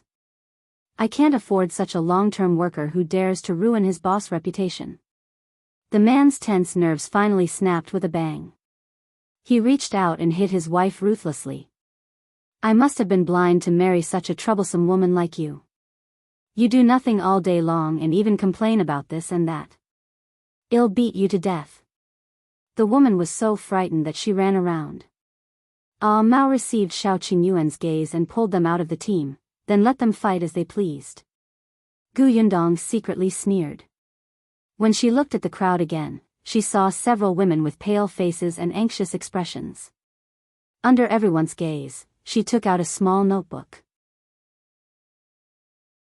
After flipping through 2 pages, she said, "Other than the one just now, there's also Deng Danius family, Li Fu's family, Qing Yudi's family, and Li Wugi's family. I don't want any of them." Everyone's expressions were strange. "You actually recorded them in your notebook. Are you afraid that you'll forget them?" The expressions of the families who were called out looked very dangerous. They all turned around to look for their wives. Only Li Fu was at a loss. "My wife died a long time ago." Yundong glanced at him. "Oh, your daughter-in-law was quite enthusiastic when she gossiped." Li Fu's expression changed drastically, and his body trembled with anger. Better marry a smart wife than a pretty one. It was really the ancestors' wise saying. Look at them. All of them had been harmed by their stoned women. The women had already run away. The men from the families chased after them. After they left, Yundong closed her notebook. "If anyone feels that I did something wrong, you can bring it up." Who would dare?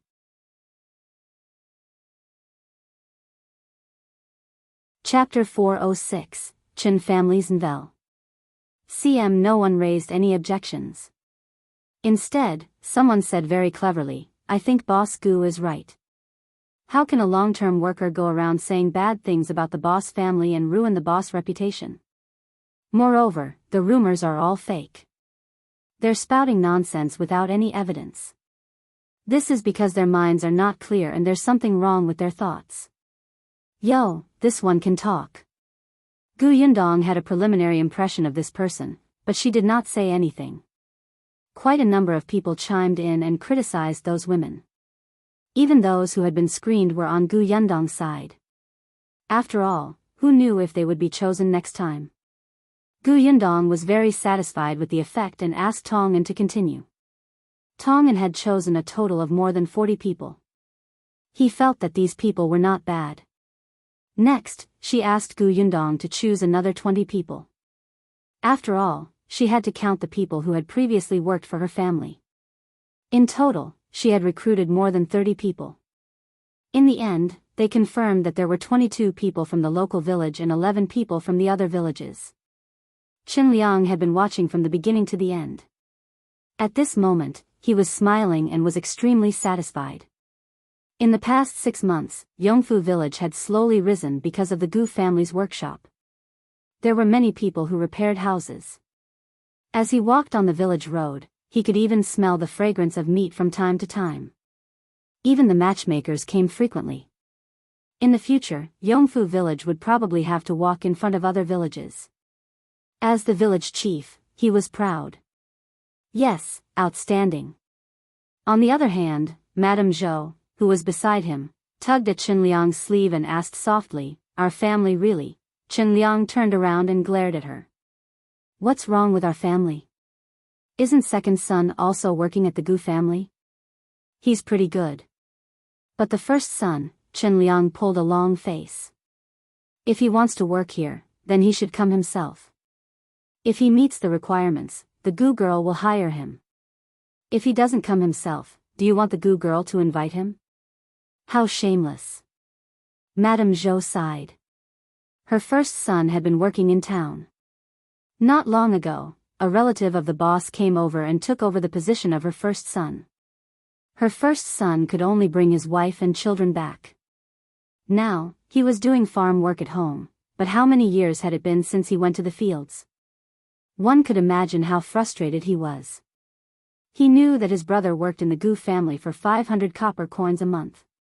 Although it was not as much as his salary in town, it was not much different. After all, he had worked in town for so long. The Chen family's first son wanted to come, but he could not bring himself to do so. When Madame Zhou saw Gu Yundong last time, she looked haggard and wanted to say something, but she did not say anything in the end. She knew that it was inappropriate. Madame Zhou was not a thick-skinned person and knew Gu Yundong's character. But as a mother, she felt terrible watching her eldest son suffer at home every day. Chen Liang snorted softly. "Let's go. Second son is already a long-term worker of the Gu family. Someone has to do the work at home. It's good that first son is back." With that, they left the Gu residence. Gu Yundong could only see his back from afar. After the recruitment, they signed the contract. Gu Yundong asked everyone to come over the next day to familiarize themselves with the workshop. Only then did the crowd at the entrance of the Gu family slowly disperse. Seeing the 30-odd people who had been recruited, the villagers were envious. Many people went over to get close to them. Gu Yundong did not care. She looked at Tongan with admiration in her eyes. "You did well today." Tongan immediately put down his pen and felt a little embarrassed. He could not help but glance at Shinsidian, but he quickly retracted his gaze and said, "Thank you, Mississippi."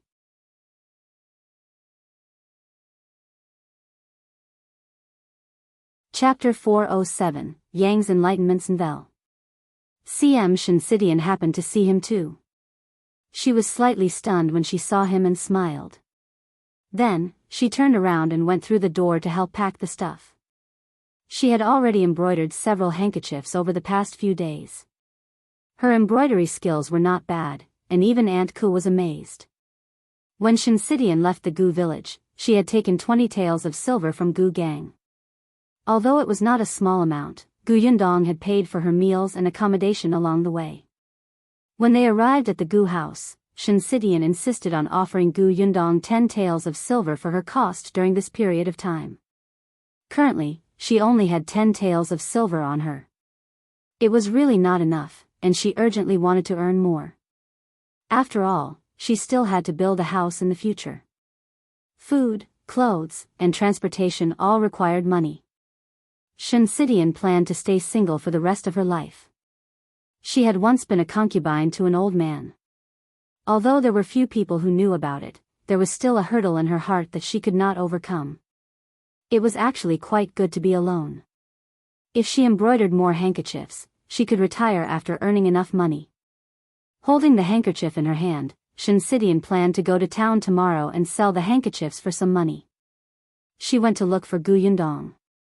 She had wanted to ask him how to get to town, but Gu Yundong said directly to Father Tong, "It just so happens that Yunshu and the rest are on leave tomorrow. You can drive Miss Shen to the town's cloth shop." Father Tong agreed. The next morning, he prepared carriage. Unexpectedly, just as they were about to set off, Madame Yang also wanted to go. Gu Yundong was surprised. "Mother, why are you going to town?" Madame Yang ran back to her room and took out 2 handkerchiefs for her to see. Gu Yundong was even more surprised. "Mother, did you embroider them?" Madame Yang nodded proudly. She had actually learned a lot from Shinsidian over the past few days. Seeing Shinsidian embroidering at the side, she was also busy with her needlework. Madame Yang was a calm person. Compared to Gu Yundong's terrible skills, Madame Yang seemed to be talented in this aspect. With someone teaching her, she actually did quite well. Even Shinsidian did not know that she had secretly embroidered too. After taking a closer look, she realized that they were actually quite exquisite. "Mother, are you planning to sell the handkerchiefs too?" Gu Yundong was pleasantly surprised and could not bear to part with them. Madame Yang nodded. "In exchange for money." Shinsidian smiled. "Then give me the handkerchiefs and I'll help you sell them, okay?" Madame Yang suddenly hid the handkerchiefs behind her back. She pursed her lips and said, "I'll go myself." Gu Yundong smiled when she saw how determined her mother was. "Mother, you're amazing." "All right, Mother will go with Sidian. I'll get Shui Tao to follow you." Madame Yang immediately nodded happily and hurriedly got into the carriage. Gu Yundong shook her head helplessly and instructed Tong Shuitao not to leave Madame Yang's side. Tong Shuitao agreed seriously. Thus, when Gu Yunka woke up and wanted to play with her mother, she searched the entire Gu family but could not find her mother. Madame Yang carefully wrapped the 2 handkerchiefs and looked happy. Shinsidian smiled. "When did Auntie embroider them?" "I didn't even see you." "In my room." "Madam, you're actually keeping it a secret." Tong Shuitao smiled as she supported Madame Yang. The 3 of them were not lonely as they chatted and laughed in the carriage. Just as the carriage was about to leave the village, a familiar voice suddenly came from outside. "Father Tong, are you going to town? Can you give me a ride?" Shinsidian lifted the curtain and saw Jiang Yongkang standing outside with a bag on his back.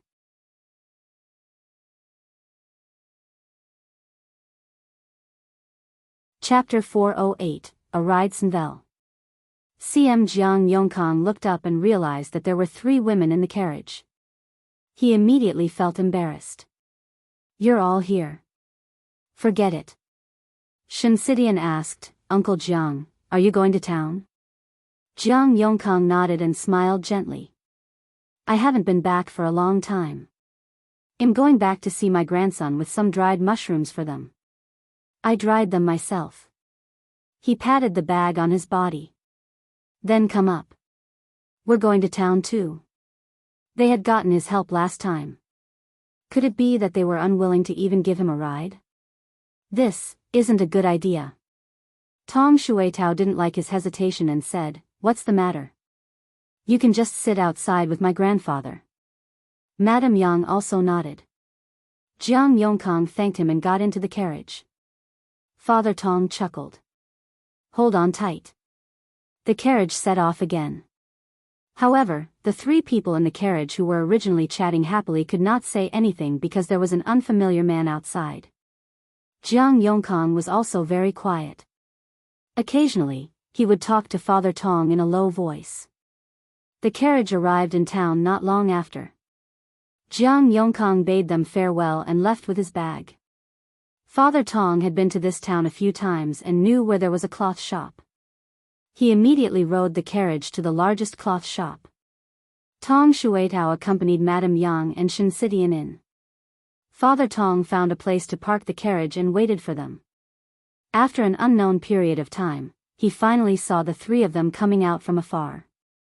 However, compared to their expressions when they entered, the three of them had very ugly expressions.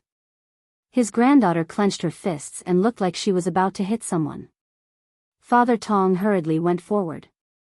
Before he could ask, he heard Tong Shuitao's indignant voice.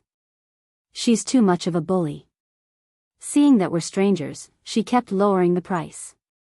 5 copper coins per piece. We even used our own embroidery thread and fabric. How shameless of her. Father Tong quickly asked, "What happened?" Tong Shuitao said, "The lady boss of that cloth shop is a good-for-nothing. At first, when she saw that we were dressed well, she thought that we were going to buy things. In the end, when we asked her if she wanted embroidered handkerchiefs, her expression changed on the spot. When she saw Miss Shen's handkerchief, she kept despising it and only gave us 5 copper coins. It was as if she was dismissing a beggar." Father Tong couldn't help but frown. Although he didn't know much about this, he heard from his wife and Aunt Ku that Miss Shen's embroidery work was something that few people could compare to. Anyone who knew a little about the market would pay at least 20 copper coins for a handkerchief. "I know another cloth shop. Why don't we go there and take a look?" Xianxia nodded. "Yes, let's take a look at more shops. We can compare them." The three of them walked in the direction of the carriage. Father Tong could not help but say, "Actually, the town can't compare to the county city. Why don't you go to the county city and ask?" Xianxia held her forehead. "At that time, I thought that since the town was close, I could just walk over myself. I didn't want to trouble Father Tong to bring me over. Who knew that when Yundong heard that I was coming over, she would ask you to drive me? She didn't expect Madame Yang to follow too. How is this troublesome? I have to send the 2 young masters to school every day. It's by the way." Xianxia shook her head. "Yunshu and Yuanji went early. You went in as soon as the city gate opened. You came back immediately after sending them off. I heard that most of the cloth shops in the county weren't open at that time. How could I make you wait?"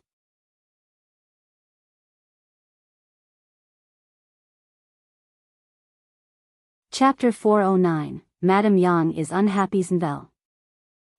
When Father Tong heard this, he could not help but rub his head. He chuckled and did not know how to answer.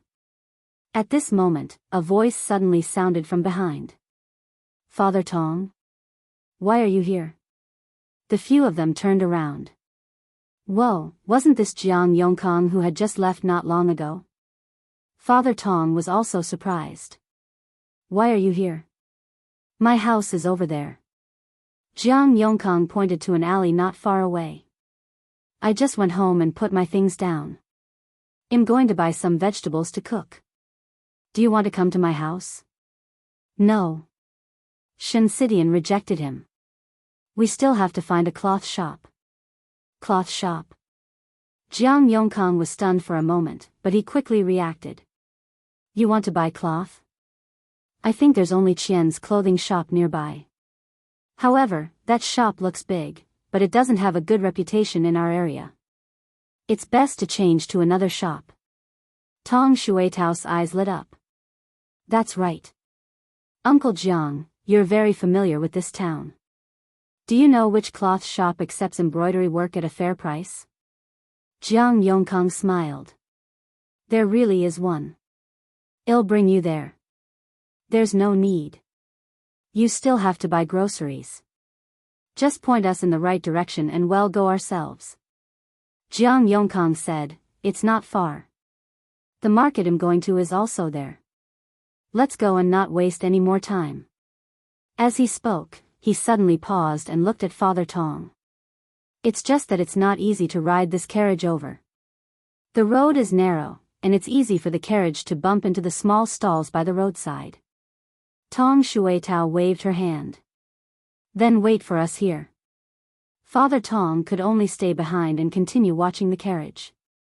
The cloth shop that Jiang Yongkang mentioned was indeed not far. It was just 2 alleys away. The cloth shop was clean and tidy. Although the size of the shop was not as big as the previous one, the boss' smiling attitude was quite good.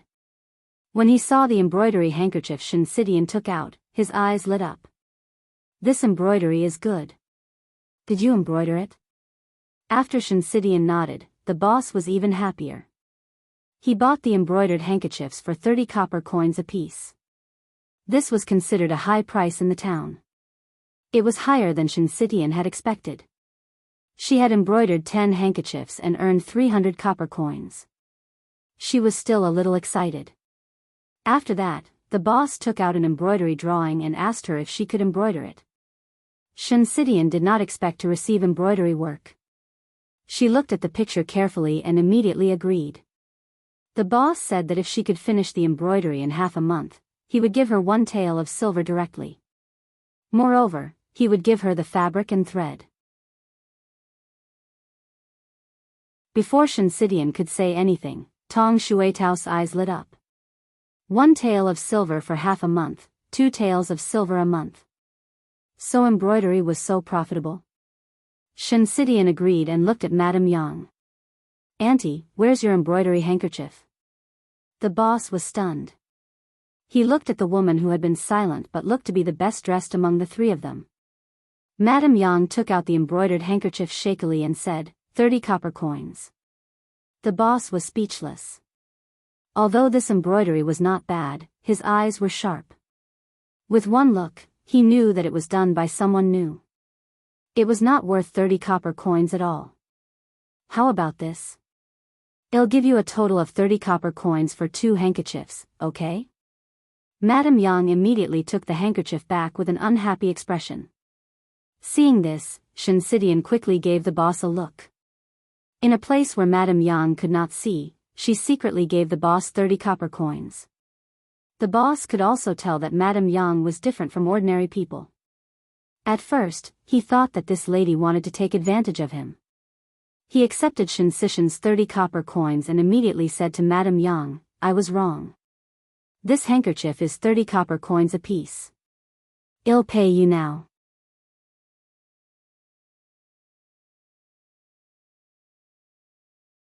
Chapter 410, Don't Disclose Your Wealth Sinvel. Madame Yang looked up and was indeed happy. She happily took the copper coins and counted them one by one. The boss didn't chase her away. He even thought that this person was quite interesting. It seemed that her family also indulged her. In this world, many people with bad brains were despised by their families. This madam was already very happy. Shinsidian and Tong Shuitao looked at each other and did not say anything. After Madame Yang finished counting, the 3 of them left the cloth shop. Unexpectedly, after walking out of the door, she saw Jiang Yongkang still standing there waiting for them. Shinsidian said, Uncle Jiang, you don't have to wait for us. It's not troublesome. It's still early anyway. How is it? Did it go smoothly? It went well. I have to thank Uncle Jiang. Otherwise, I really wouldn't have been able to find this shop. Jiang Yongkang waved his hand. You're too kind. You even gave me a ride. Otherwise, I'd still be traveling and tiring myself to death. Where else do you want to go? I can take you there. Shinsidian was about to refuse when Madame Yang said, I want to buy something. Buy what? Jiang Yongkang treated her like a child. He was very patient with her and even smiled. Madame Yang counted with her fingers. Pancakes, for Kiki. Brush holder, for Yunshu and Yuanji. Comb, and for Dong Dong. That's all. Tong Shuitao choked. But madam, you don't seem to have enough copper coins. Although these items could be bought at a stall, there were 2 brush holders among them. It was hard to say. 60 copper coins seemed to be a lot, but it was not enough to buy everything. Unexpectedly, Madame Yang raised her eyebrows proudly and suddenly took out a money bag. She shook it slightly. I have it. There's silver inside. The few people standing beside her could clearly hear the sound of silver pieces swaying inside. Yongkang hurriedly said, quickly put away the money bag. Don't reveal your wealth, lest you're targeted. When Xianxia heard this, she immediately pressed down Madame Yang's hand and said, then let's go buy something first. Well, go back early after we're done. Okay. Madame Yang was very happy. Her money was naturally given to her by Yundong. She would return what Yundong gave her in the past and ask her daughter to keep it safe for her. However, ever since she returned from her trip, she would occasionally keep the silver behind. Actually, Madame Yang didn't know how much she needed. She felt that she had saved enough, so she wanted to buy things for the children. Now that Xianxia and Tong Shuitao did not object, she should have enough money. She looked around the stalls by the roadside. The pastries and comb were easy to buy, and it didn't take long. Brush holders were different. Usually, such things were sold in bookstores. Of course, there were also some in the stalls outside, but most of them were made of bamboo. They were not particular about carving skills, like bamboo joints placed there. Madame Yang didn't understand at first. When people said that this was a brush holder, she planned to pay for it. However, how could Xianxia and Tong Shuitao allow her to be treated like a fool? They could just let Boss Tong cut her into 2 pieces of bamboo later. They asked Jiang Yongkang, who had been following them, and brought Madame Yang to the bookstore. Sure enough, she saw the brush holders in the bookstore that matched her thoughts. They were just expensive. In this day and age, scholars' things were expensive, but Madame Yang was very satisfied. She put everything away in a cloth bag and came out of the bookstore. Let's go home.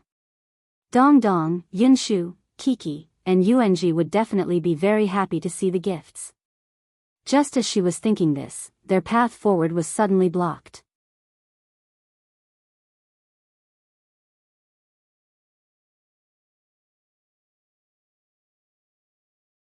Looking at the hooligans lying on the ground moaning, Tong Shuitao was disdainful. You're so weak that you're a burden to me even if I use you as sandbags. How dare you try to rob me? You woman, the gangster's hand was almost broken. He was in so much pain that he couldn't speak. Tong Shuitao pressed a foot on his chest. What do you want to say? Tell me, I'm listening. As she spoke, she exerted force. The hoodlum couldn't breathe, and his eyes began to turn white. Xianxia saw that there were more and more people watching the commotion and quickly pulled her back. Let's go. Your grandfather is waiting. Tong Shuitao nodded and ran to Madame Yang's side, looking like she was protecting her. Xianxia looked down at the person on the ground and secretly clicked her tongue. As expected of Yundong's disciple. The master and servant's personalities were becoming more and more similar. She shook her head and quickly followed Madame Yang.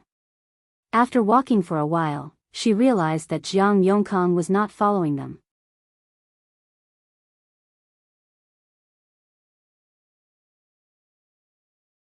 Chapter 412, Like a Mother's Novel. CM Xianxia turned around and saw that the person was still dumbfounded. She turned back. Uncle Jiang? Jiang Yongkang suddenly came back to his senses and blinked blankly. What's wrong? Let's go back. Oh. Jiang Yongkang nodded and followed. After taking a few steps, he couldn't help but look back at the people who were still moaning on the ground. He had heard that Miss Gus' maidservant was very strong, but he did not expect her to be so strong. To think that he had been so eager to convince the other party just now so that he wouldn't suffer a loss. When they reached the carriage, they saw Father Tong waiting anxiously. When he saw them coming over, he asked curiously, "What took you so long?" I almost went to look for you. We bought some things. Xianxia did not mention that they had encountered hooligans, lest he worry. When Yongkang saw them get into the carriage, he said goodbye. You guys can go back. I'm going home with groceries too. Tong Shuitao asked him softly, Uncle Jiang, if you stay in this town, what if those hooligans find trouble with you again? Don't worry, I'll just stay at home for a day. I'll return to Yongfu village tomorrow. Besides, I've lived in town for so many years. I really know my neighbors. When the time comes, I can just shout and someone will help me. You guys can go back. Only then did Tong Shuitao relax and crawl back into the carriage.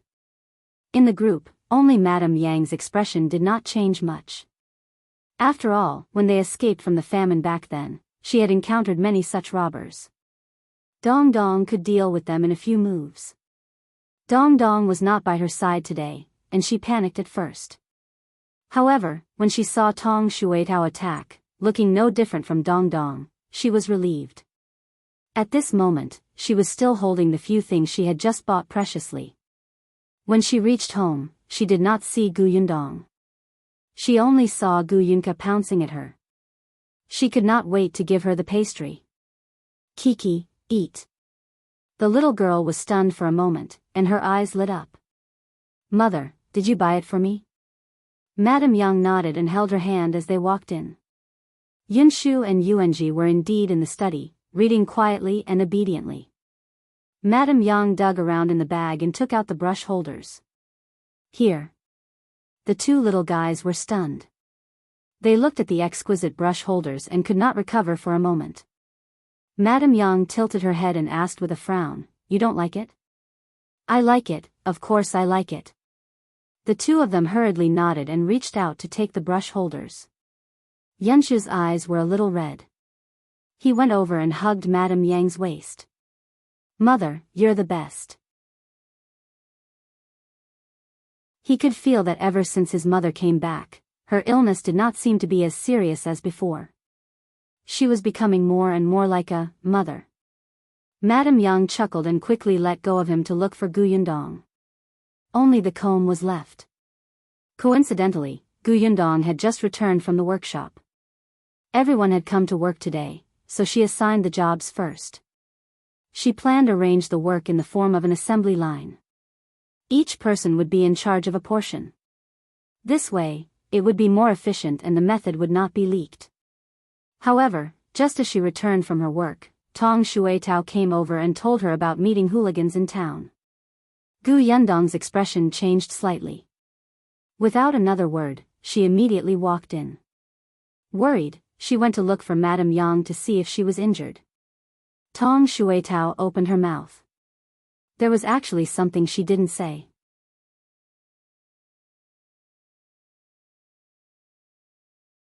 Chapter 413, Warm and Lively Zenvel. Although 30 copper coins was not much for the current miss, it did not seem good for Miss Shen to give it to Madame for nothing. But on the way back, Xianxia reminded her not to tell anyone. She had been eating and living in the Gu house for so long, and Yundong had only accepted a small amount of accommodation fees from her. She already felt bad. There was no need to mention the 30 copper coins.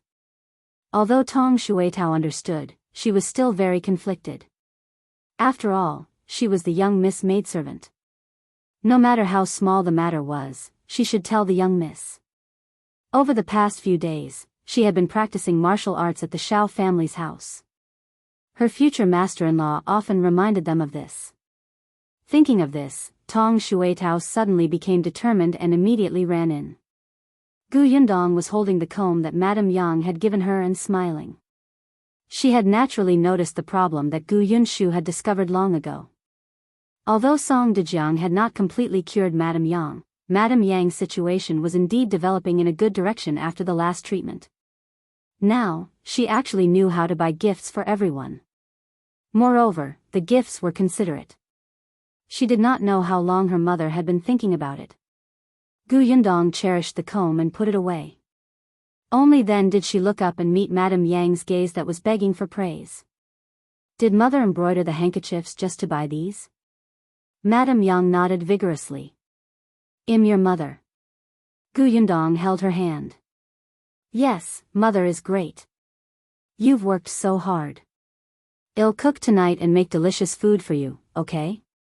Yunka, who was offering a bite of the pastry to his brother, immediately turned around and ran over. "I'll cook too. I know how to do it. Aunt said that Kiki is very capable." Yundong patted her head. "All right, let's do it together." Ever since she bought the Tong family, almost every meal was cooked by the Tong family's mother-in-law and daughter-in-law. Yundong had not cooked for a long time. Since she was happy today, she washed her hands early and kneaded the dough. The little girl was also kneading the dough at the side and crushing the small doughs one by one. With the flour on her face, she looked exceptionally soft and cute. Her mother said that she wanted to eat dumplings, so they would make dumplings today. Although Yunka didn't know how to make dumplings yet, she could still put the vegetables and meat into the covers. Not only did Yundong prepare dumplings, but she also prepared noodles and Shao Qingyuan's favorite egg fried rice.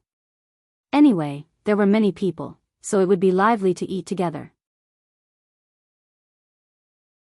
Tong Shuitao had told Yundong about the 30 copper coins, but she did not intend to return the money to Shinsidian, if she could live comfortably in the Gu family.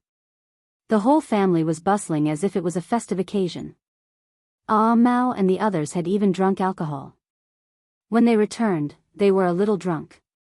Therefore, they woke up late the next day and did not make it in time to practice martial arts. When they got up, the four of them trembled when they saw Shao Qingyuan's expressionless face.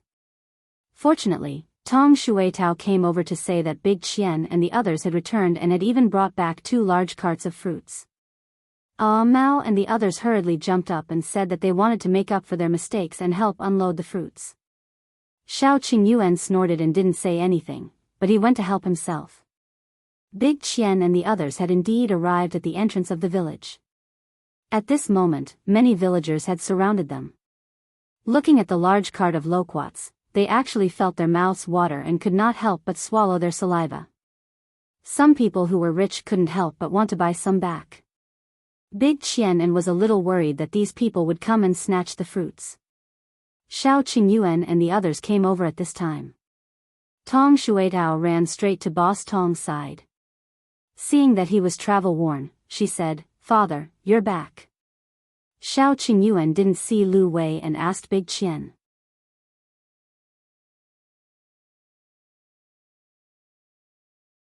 Chapter 414, Sneaky's Nvel. Unexpectedly, the corners of Big Qian's mouth twitched as he said, "Young Master Lu bought 2 big boxes himself and brought them home first." Shao Qingyuan was speechless. So this was the reason why he was so enthusiastic about collecting the fruits? Shaking his head, he asked Mao and the others to help push the fruits back. Tong Shuitao was strong and immediately went to the head of the carriage. Unexpectedly, just as she walked around her father, she saw a few figures hiding not far away. She narrowed her eyes and almost cried out. Seeing that she did not move for a long time, Tong Ping could not help but push her. "What? You can't move it? Then let me tell you. You have to be careful of this carriage. Otherwise, it will easily overturn. You're inexperienced, so give it to me." "No, father, I'm just," Tong Shuitao wanted to say something, but it was useless to tell her father about this. She simply let go and handed the carriage back to her father. Seeing Mao coming over to push the cart, she immediately said in a low voice, "Didn't I tell you yesterday that I met a few hooligans in town who wanted to rob Madam? I saw them again just now."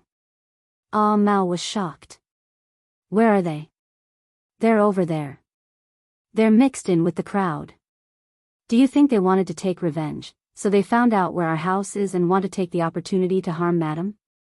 Do they dare?" Mao sneered.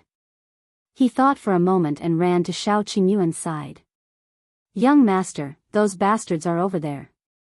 Can we teach them a lesson?" Shao Qingyuan nodded. "Yes, sure." Mao smiled. Very good. He had finally found a live target after practicing martial arts for so many days. He turned around and called Ah Go over. He told Ah Shu and Ah Zhu to continue working. It was just teaching a few hooligans a lesson. He and Ah Go were enough. However, Tong Shuitao also wanted to follow them, afraid that they would attack the wrong person. Besides, she could actually handle it alone. She didn't need Ah Mao and Ah Go to follow her. Ah Mao was still a little unconvinced. Why did she make it sound like they were stupid? The fruits were pulled away, and the villagers followed along. The hooligans in the crowd followed a few steps and walked in another direction when no one was paying attention. Ah Mao and the other two snorted and followed behind silently. When they arrived at a remote and uninhabited place, the three of them instantly ran forward and surrounded them. The hooligans were still a little confused. They looked at Ah Mao, who was standing at the front, in confusion. They frowned and shouted, "What are you doing? Do you want to fight? What are you talking about?" Tong Shuitao walked over from behind and looked at them with disdain. As soon as they saw her, the hooligans immediately understood, and a trace of fear flashed across their faces. The next moment, they turned around and ran. They were smart enough to split up out. However, Mao had brought Ah Go along. 3 people against 6 people, 2 each. "Tell me, why did you come to our village? Are you trying to take revenge on me?" Tong Shuitao asked. The hooligan leader shook his head like a rattle drum. No. We were just passing by. Do you think you're a fool, or do you think we're fools?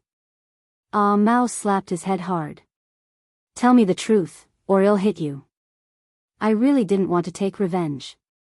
You guys are so powerful. Do we dare? We just saw that there were a lot of fruits shipped over and wanted to steal some. The others quickly nodded. Ah Mao sneered. If you want to steal the fruits, you should have followed the carriages. Why did you run out alone? Tong Shuitao said, I think they're here to take revenge on us.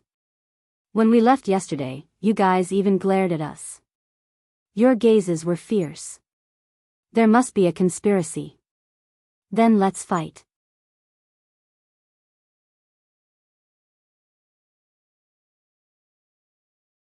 Chapter 4:15. Someone instigated us. Snvel.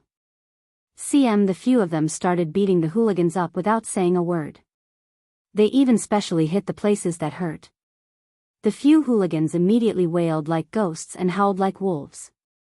They covered their heads and fled. Stop, we really don't want to take revenge. No one listened, and they still attacked without hesitation. We're here to find someone, Tong Shuitao snorted coldly. I know. You came to look for us, but you still said that you didn't come to find trouble with us? You were beaten up by me yesterday. Did you really want to get back and snatch some money back? No. We didn't want to rob at all. We just took their money to put on a show. It was unknown which hooligan couldn't take it anymore and shouted, shut up and stop talking nonsense. Tong Shuitao, Ah Mao, and Ah Go stopped what they were doing at the same time. They looked at the person who had let it slip. Their eyes were still glowing with danger. The hooligans immediately felt their hair stand on end, as if the 3 of them were much more terrifying than before. Ah Mao covered the boss' mouth and dragged him to the side. Ah Go and Tong Shuitao blocked the rascal who had let the cat out of the bag and asked with a bloody expression, You took someone's money and pretended to rob us, right? Tell me, who paid you? The leader of the hooligans was whimpering when Ah Mao punched him so hard that he vomited. This scene frightened the gangster so much that he didn't hesitate at all. He confessed while trembling, It's that Jiang guy. The man who was with you yesterday, really. Otherwise, why would we come to Yongfu village? It's all because we were beaten up yesterday. In the end, we didn't see him at his house, so we came to Yongfu village to find him. Tong Shuitao was stunned. She looked at the sincere hooligan in shock. Are you serious? Yes, absolutely. That person nodded hurriedly. Tong Shuitao frowned, feeling that it was unbelievable. Yongkang looked very refined. When he spoke to them, he had always been soft-spoken and patient. If they did not know his family's situation, anyone who saw him for the first time would think that he was a scholar or a teacher. Although Tong Shueitao did not like people who spoke gently, she still felt that the other party was a very good and friendly person. But now, someone was telling her that this person had colluded with hooligans to rob them. She looked at the hooligan. Why would he do that? How would I know? The hooligan wanted to cry. He wants us to block your way and wait for him to call for help. Then we'll run away in fear. That's all. The cats and dogs looked at each other. Was he trying to save the damsel in distress? 3 heroes, I've said everything I know. Can you let us go?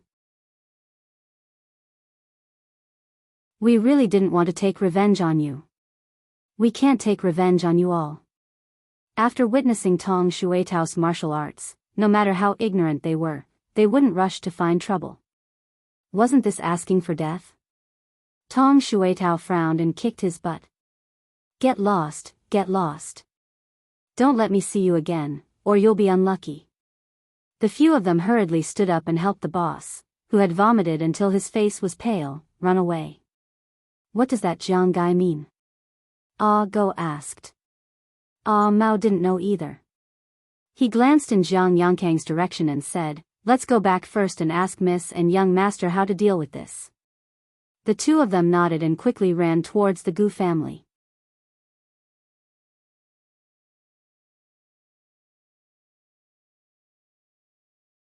Chapter 4:16. Why did you do this, Snvel? CM Gu Yundong was still in the workshop when the loquats arrived. Those things were not easy to keep fresh, so they had to be made into dried loquat sauce and canned loquats. The assignments of the workers had already been explained the day before. Now, everyone was in their positions. They washed the fruits, tore off the skins, removed the cores, dried them, and steamed them. Everyone was busy. The clay pots that Gu Yundong had asked Shao Qingyuan to order 2 days ago had arrived early this morning. There were already hundreds of clay pots. When the time came, these clay pots would be packed with gauze, grass cakes, bamboo leaves, mud, and other meticulous seals. They would be canned food in ancient times. She even got the family who made the clay pots to carve Gus at the bottom of the clay pot. She had specially asked Yunshu to ask Qin Wenjing for the word Gus. The handwriting was strong and unique, so it was really difficult to fake. When she sold the cans later, she could still recycle the containers. She could get the customers to wash them clean and return them. Then, she could refund them for 5 copper coins or something. She had to use them sparingly. As she thought about it, she brought Tong in to look at them one by one. If she encountered any problems, she would stop and say a few words. The workshop was in full swing. Gu Yundong spent almost the entire day there. She wasn't the only one. Shao Qingyuan, Shu, Zhu, the Tong family, and Shensidian were all helping. It was almost evening before the group returned. Unexpectedly, as soon as they entered the house, Aunt Ku said, let's go to the central room first. Shueitao has something to tell you. Gu Yundong was slightly taken aback. Seeing the serious look on Aunt Ke's face, she felt that it was not a small matter. Why didn't she look for me at the workshop? I stopped her. It's your first day of work, so there are a lot of things to do. It's not a serious matter. If she meets you, it'll cause trouble for you. She can talk to you when you come back. Why did you look like that if it wasn't something serious?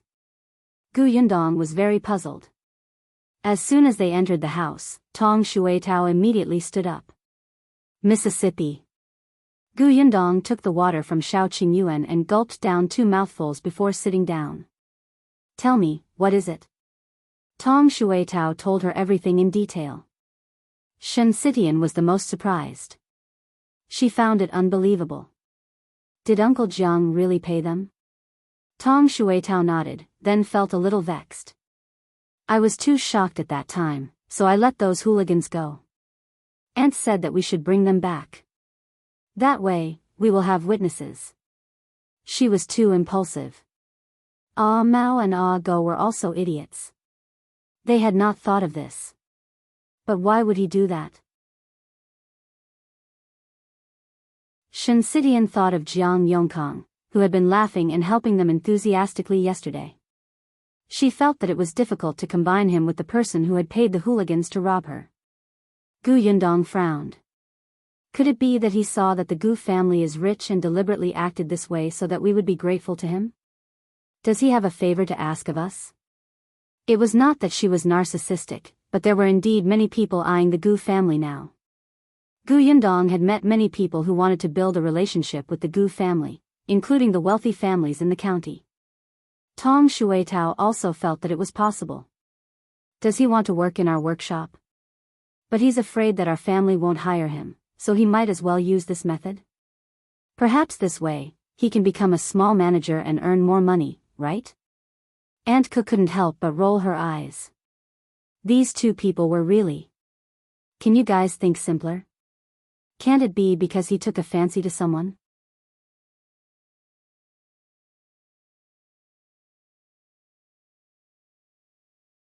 Chapter 417, Jiang Yongkang is here's Nvel. CM Gu Yundong and Tong Shuitao looked up at the same time. Who is it? Aunt Ke pouted to the side. Everyone followed her gaze and looked at Xianxia. Xianxia was also stunned. She pointed at her nose. Me? How is that possible? Why not? Isn't saving a damsel in distress usually for the sake of the beauty? Think about it, didn't he help you the last time by the river? He was also the one who pointed you in the right direction when you went to town to sell embroidery. He even accompanied you all the way to finish everything.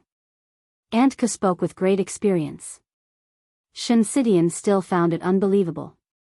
But Auntie and Shuitao were with me yesterday. Why couldn't he have taken a fancy to them? Shuitao is just a little girl who hasn't grown up yet. She's still heartless and slow when it comes to relationships. What Aunt Ke did not say was that she was now a servant. Even if Jiang Yukong had taken a fancy to her, he should not have made his presence known in front of Gu Yundong. It was more appropriate to ask Gu Yundong for her. Tong Shuitao was still a little unconvinced when she heard this. What did Aunt Ke mean by she hadn't grown up yet? She was even a year older than Mississippi. However, on second thought, it was better for her not to grow up if Jiang Yongkang might take a fancy to her. Aunt Ke continued, as for your aunt, let's not talk about anything else. She's a married woman with children. Now, she's even more ignorant about relationships. Even if the hero who saves her in distress accidentally dies in front of her, she probably still doesn't understand what he wants to do. What he said made a lot of sense. However, Xianxia still felt that it was unlikely. But he already has a grandson. He's a generation older than me. For some reason, Xianxia felt a chill. Aunt Ke snorted coldly. It's precisely because he's old and feels that there's not much hope that he used such a method. She looked so confident that everyone actually thought that was the case. However, Xianxia wanted to cry. She had no feelings for Jiang Yongkang at all. I still don't believe it. Why don't we go and ask? How? Aunt Ke asked. Tong Shuitao was eager to give it a try. Let's fight it out. Let's not talk about anything else. Just yesterday, he colluded with a few hooligans to rob us. That's enough for us to come knocking on his door to reason with him. Her mother, Madame Jiang, couldn't help but reprimand her. Don't mess around. Why are you shouting about beating and killing all day long now? You have to have a reason to come knocking on his door. You've let those hooligans go. What if he doesn't admit it? Tong Shuitao was a little depressed. Madame Jiang glared at her again. Miss hasn't even said anything. Only then did everyone realize that Gu Yundong had been silent. Shao Qingyuan could not help but ask her, what are you thinking about? Gu Yundong pursed her lips. She was thinking about Aunt Ke's words. Actually, she had already found it strange when she saw Jiang Yongkang previously. According to Aunt Ke, before they returned to Yongfu village, she had only seen Jiang Yongkang twice in more than a month. However, They had only been back for a few days, but they bumped into him every other day. This was too frequent. Especially since the Gu family was at the foot of the mountain, and they had little contact with the other locals in the village. Moreover, he was very warm-hearted, and this warm-heartedness would not make people feel uncomfortable. It would make sense if he had taken a fancy to Shinsidian. A thought suddenly flashed across Gu Yundong's mind, but it was too fast for her to grasp it. Just as she was about to think about it, Mao ran in and said to everyone, "Jiang Yongkang is here. He's just outside the door. Miss, should we let him in?"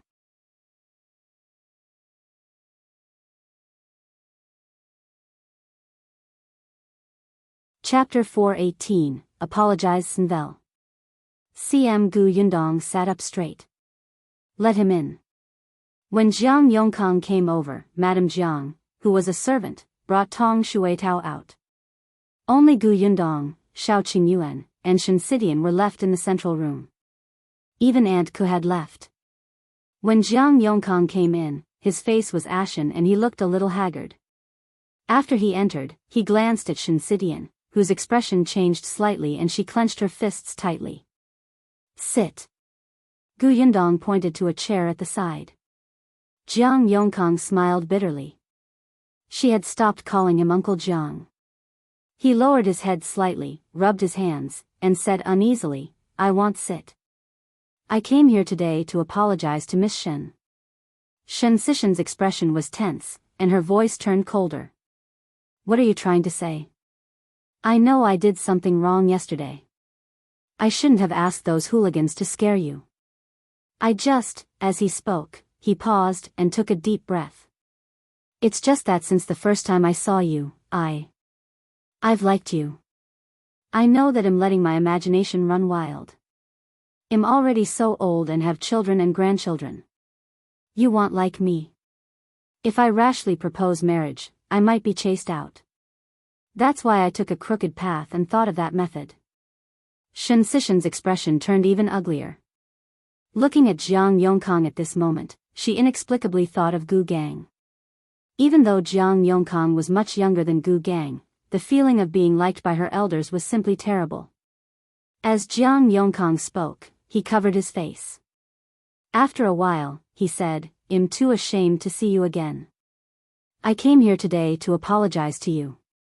You can punish me however you want."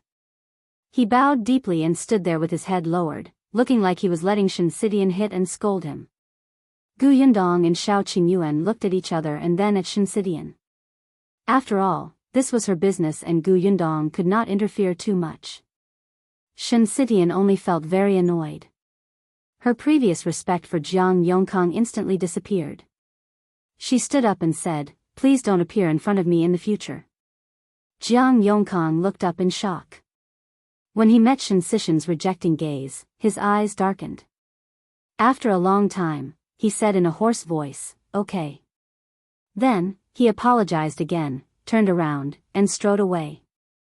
However, Shinsidian seemed to have run out of energy and fell back into her chair. What's going on? Aunt Ke came out of nowhere. She must have heard a lot. She walked to Shinsixian's side and patted her shoulder. "You're good-looking and have a good personality. It's normal for someone to like you. It was just that this person was overestimating himself. He was simply a toad lusting after swan meat. How could a beautiful young lady take a fancy to an old uncle? I just feel uncomfortable. I feel uncomfortable all over," Shinsidian said weakly. "Then why did you let him off so easily?" Gu Yundong asked. "What else?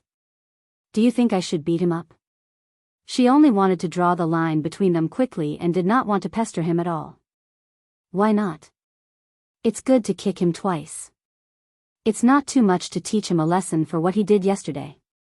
Anyway, if it were her, Gu Yundong would have wanted to hit him. She suddenly thought of Shao Qingyuan. She narrowed her eyes and turned to look at him. Shao Qingyuan had actually been looking at her.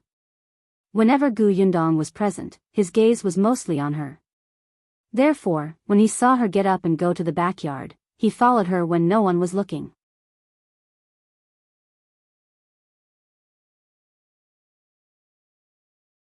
Chapter 419, The two children want return to days and Vel. As soon as they reached the backyard, he couldn't help but hold her hand. It seemed that ever since they held hands last time, Shao Qingyuan would always think of ways to hold her hand. Yundong looked down but did not take her hand back. She just glanced at him with a faint smile. I suddenly remembered something. What is it? Shao Qingyuan felt that her small hand was especially smooth and tender. Holding it made him feel satisfied and he couldn't bear to part with it. Tell me, did you also play some tricks? For example, 3 wild boars turned into 2. You clearly had money, but you didn't eat well or wear good clothes. Did you deliberately appear in front of me frequently? Shao Qingyuan's face tightened, and he stopped kneading her hand. He looked up and met her raised eyebrows. His voice lowered slightly. That was a legitimate, small trick. Yongkang's was illegitimate. I didn't expect you to be such a scheming man.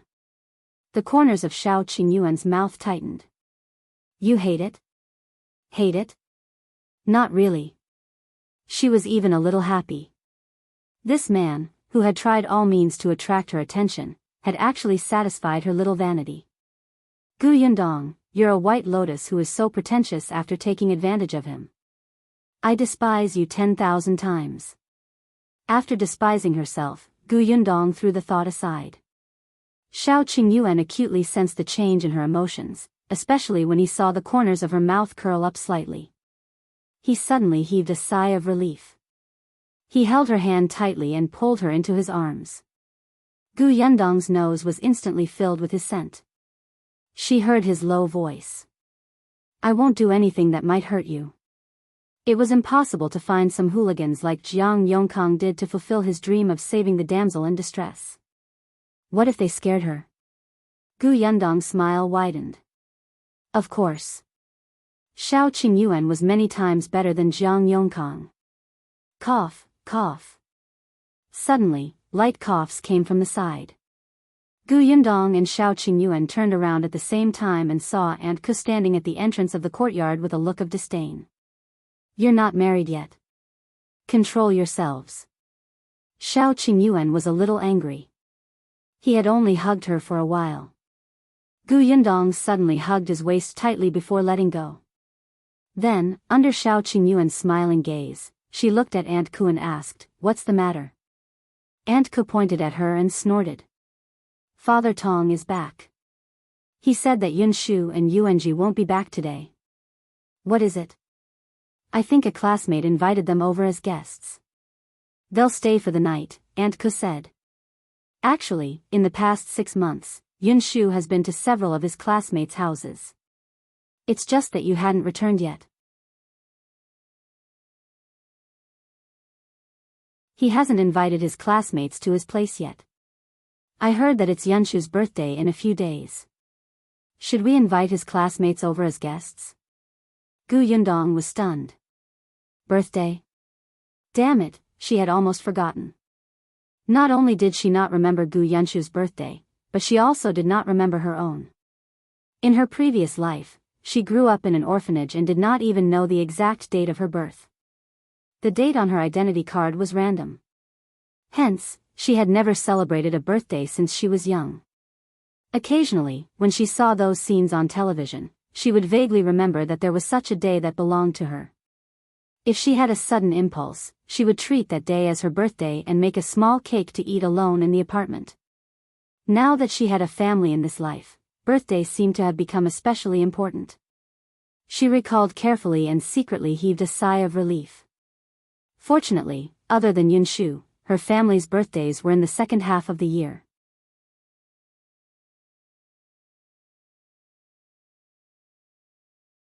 Chapter 420, New Goods in the Shops in Vel.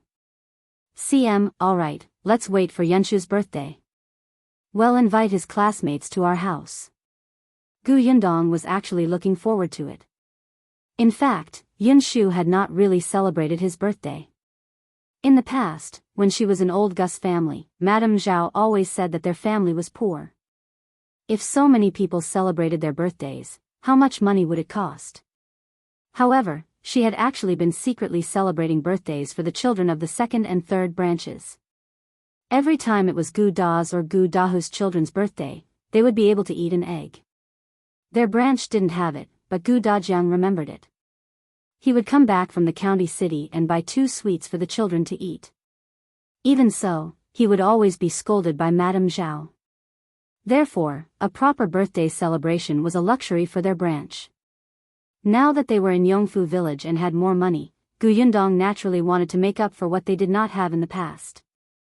Therefore, the next day, she brought the newly made loquat cans to the county city. She went to the shop first. The business in the shop had stabilized, but it was still booming. The rich people in the county city had not given up on buying white sugar here before going to the prefectural city to sell it, even though they could only buy 5 caddies a day. However, white sugar would not be the main product very soon. There would be all kinds of dried fruits and preserved jams. When Zhuangzi saw her coming over, he immediately greeted her with a smile. Gu Yundong nodded slightly. Very good. Now, his smile no longer looked wretched. Shopkeeper Jiang, this is canned loquat. The workshop has just started making it, so there's not many. There might be other canned fruits or dried fruits or fruit jam next. We have to find an opportunity to promote the new products. Think about it in the next 2 days and see how to make it effective. Gu Yundong took out a can, opened it and poured out the pulp for Zhenggang and Zhuangzi to try. The 2 of them took a bite and their eyes lit up. This is delicious. Delicious. Zhuangzi couldn't wait to take a second bite. Gu Yundong patted his hand. He laughed dryly and put the spoon back in embarrassment. He even took a look at Zhenggang. Although Zhenggang's eyes were shining and he looked like he still wanted to eat, he tried his best to restrain himself. Instantly, Zhuangzi felt a little sad. Indeed, there was still a long way to go to become a shopkeeper. The loquat has the effect of moistening the lungs and stopping coughing. The loquat ointment in the pharmacy is quite expensive, and it is not delicious. Boss, there's white sugar in this can of loquat, right? Gu Yundong nodded. Indeed, so the price of this canned loquat cannot be cheap. Boss, don't worry. Even if it's not cheap, there will definitely be many people who will buy it. Zhenggang was very confident. Not only could the loquat be eaten, but the sugar water was also delicious. The wealthy families in the county might even fight for it. Gu Yundong handed the matter of the new products to Zhenggang before bringing the canned food to Qin Wenzhang's school. Madame Gu was very happy to see her. My husband is in class. He'll be resting in 15 minutes. Take a seat and wait for him. She poured some tea for Gu Yundong and called Qin Anning over to meet her. Qin Anning liked Gu Yundong a lot, especially since she had so much fun at Yongfu village the last time. She yearned to go there again. Gu Yundong smiled. You want to go? Sure. As long as your parents have no objections, you're welcome anytime. Qin Anning turned to look at Mrs. Gu, who sighed and thought to herself that her daughter was definitely born of the wrong gender. She should be a boy. As she was thinking, she saw Qin Wenjing striding over. It's good that you're here. I was thinking of going to Yongfu village to meet you later.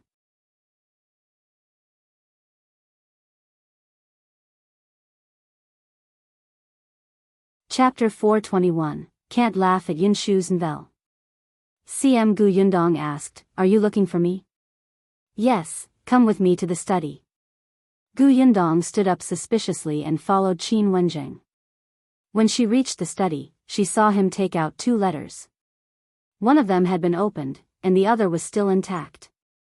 Qin Wenjing pointed at the opened letter and said, This is General Zhao's reply. It came from the capital. He said that your father did help him catch the bandits back then, but unfortunately, he was transferred back to the capital later. He originally wanted to bring your father along, but your father wanted to stay in Qingyuan Prefecture to look for you, so the 2 of them parted ways. Even though she was mentally prepared, Gu Yundong was still a little disappointed. Qin Wenjing said, before General Zhao left, he lent Gu Dajiang 30 taels of silver, so his life shouldn't be a problem. However, ever since General Zhao left, he hasn't contacted your father again. Yundong exhaled slowly. Got it. Is there any news from the Shuanhe Prefecture? Qin Wenjing shook his head regretfully. No. Then, she pushed another letter over. This is from Dr. Song. He has already arrived in the capital and entered the Imperial Hospital again. Yundong quickly took the letter and opened it. Song Jiang's letter was also very simple. He said that he had entered the Imperial Hospital and had also searched the Imperial Pharmacy. Unfortunately, there was no Bimusi. However, he had heard from another Imperial physician in the Imperial Hospital that there seemed to be one in the warehouse of the Wanqing Prefecture. If it was convenient, she could see if she could buy it. A smile appeared on Yundong's face as she became slightly excited. Qin Wenjing took a sip of tea.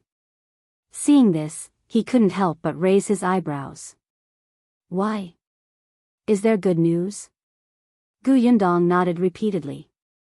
Yes, Dr. Song said that there is Bimusi in Wanqing Prefecture. So, you plan to go to Wanqing Prefecture personally? That's right. You're really good at traveling. How long have you been back? Qin Wenjing muttered. When are you preparing to set off? After Yunshu's birthday in a few days. Speaking of the birthday, Yundong suddenly remembered her business here. She put away the letter and asked Qin Wenjing if she could invite Yunshu's classmates to Yongfu village. Qin Wenjing did not care. We'll have to ask the other students. He got someone to bring Yunshu and Bian Yuanji over. The two of them were puzzled at first until they saw Yundong and heard that it was about his birthday celebration. Yunshu almost jumped up. He could even get all his classmates to go to his house. He could not wait to run back to the school and hurriedly invited everyone. After everyone agreed, he ran back to Yundong. The students in the school waited for him to leave. Among them, more than 10 of them had strange expressions. Jiang saw this and called all of them out. He walked to the side and said in a low voice, Yunshu invited us out of goodwill. This time, we can't be as rude as when we visited the Chengning family last time. Everyone nodded. We won't. I really didn't do it on purpose last time. It was my first time going to a village. I didn't know that the house was so dilapidated, so I let it slip. This time, I won't make a fuss and hurt their self-esteem. Yes, we know what we're doing. These 10 or so people were all students from the county city, and 2 of them were from the prefectural city. After all, Qin Wensheng's reputation was not well known. Most of the people who knew of his achievements were from the county city. However, these children had almost never been to the villages below. The one who had left the deepest impression on them was Gao Qingying's family. In the end, they did not pay attention and said something embarrassing.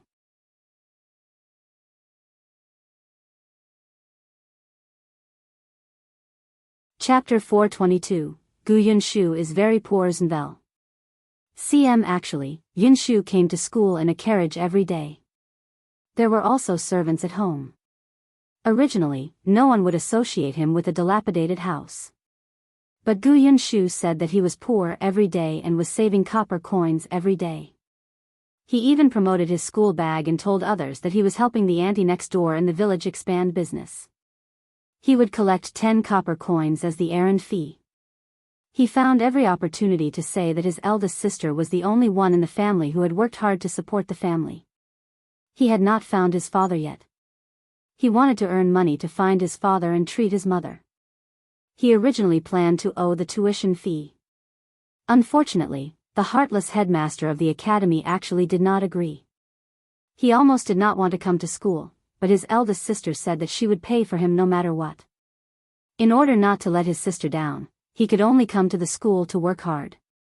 Back then, Gao Qingying had also said that their family's conditions were not good, but the poverty that everyone imagined was completely different from what they had really seen. After such a huge shock, coupled with Yunshu's repeated emphasis, these young and inexperienced students naturally felt that Yunshu might be the poorest child in their school. It was too pitiful. Her elder sister was a heroine. Not only did she provide for Yunshu, but she also sent her cousin over. As for the carriage, they heard from Yunshu that the villagers had to pay for the travel expenses when they took the carriage. It should be a tool for their family to earn money. Also, the clothes of Gu Yunshu's eldest sister, whom they had seen at Jianghu restaurant last time, should be her best clothes. Thus, when Gu Yunshu and Bian Yuanji returned to class, they met everyone's sympathetic gazes. Yunshu was speechless. Why did everyone look at him differently after he was gone for a while? Could it be that they had some thoughts about him? Xiaoyu even walked up to him and patted his small shoulder heavily. He said, "Yunshu, actually, we don't have high requirements for food and accommodation. For your birthday, longevity noodles are enough." Gu Yunshu thought about it and nodded in agreement. "Yes, I didn't even have eggs in the past. This is my first birthday celebration. I can finally eat longevity noodles." At the thought of this, he couldn't help but swallow his saliva. He didn't know what was the difference between longevity noodles and ordinary noodles. They should taste better. Everyone immediately felt that this child was too pitiful. Even Gao Qingyuan walked over and held his hand sympathetically. "We can eat less." Gu Yunshu's eyes lit up. He held his hand. "You're the best." Bian Yuanji blinked in confusion. Why did this conversation seem a little strange? Lu Yi was also feeling strange. Although he had never been to Yongfu village, his brother had been there. Moreover, his brother had stayed there for more than half a month. If the living conditions were really that bad, would he be reluctant to come back? Would he brag about how great the Gu family was every day? However, on second thought, Big Brother had a strange personality. Perhaps he liked houses that were leaky? Hence, Louis did not think too much about it. On the other hand, Zhengkan, being the oldest among them, could not help but sigh when he saw that everyone's thoughts had gone astray. He only reminded everyone to be careful with their words and not make a fuss. He didn't say that Yunshu's family was so poor that they couldn't even afford noodles. What were these little ones thinking? Wake up, okay? If Gu Yunshu's family was really so poor, why would he have servants?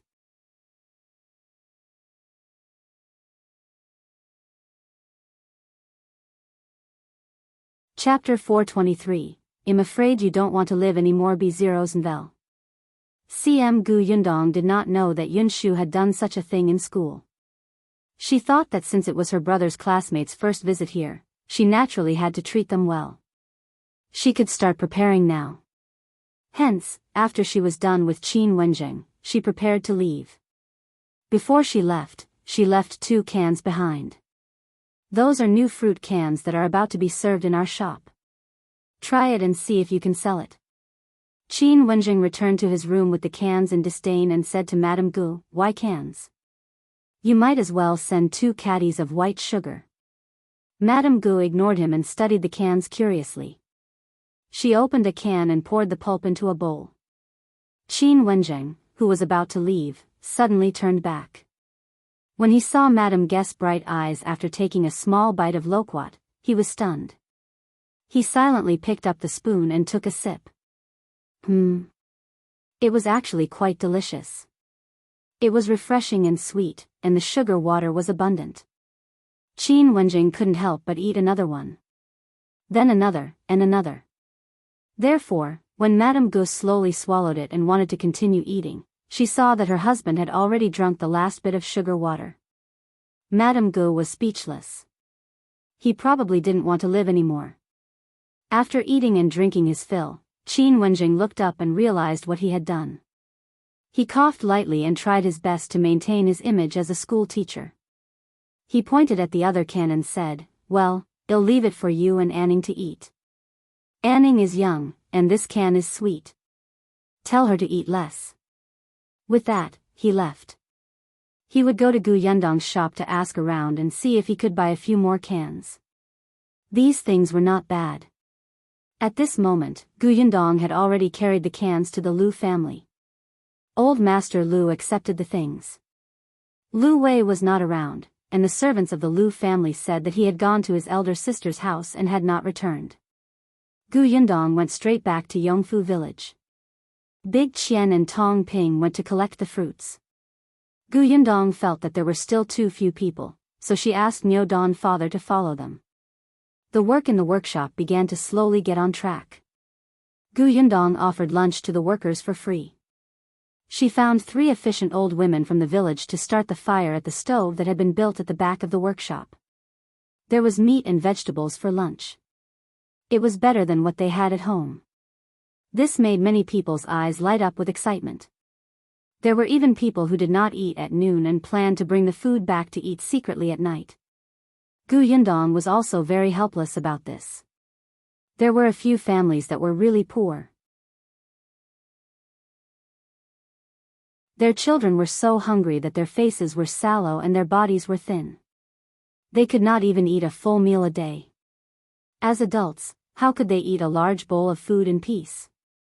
Sometimes, when they looked at the meat slices and thought about their family, they would cry. There was nothing wrong with bringing the food back. In the modern era, there were still many people who brought food back from the canteen. However, she also had a rule that everyone would only get food once. They could bring it back, but if the workers were to starve and delay their work, they would be fired. The workshop could not afford them. After all, the workshop only recruited you and had no intention of supporting your family. This rule dispelled many people's thoughts. At least no one would stay hungry at noon. At most, only some of the food would be brought home at night for the children to taste. With Tong'an in charge of the workshop, Yundong was much more relaxed. The next day, Jiang came over with the idea of launching new products in the shop. Not only him, even old Master Lu came.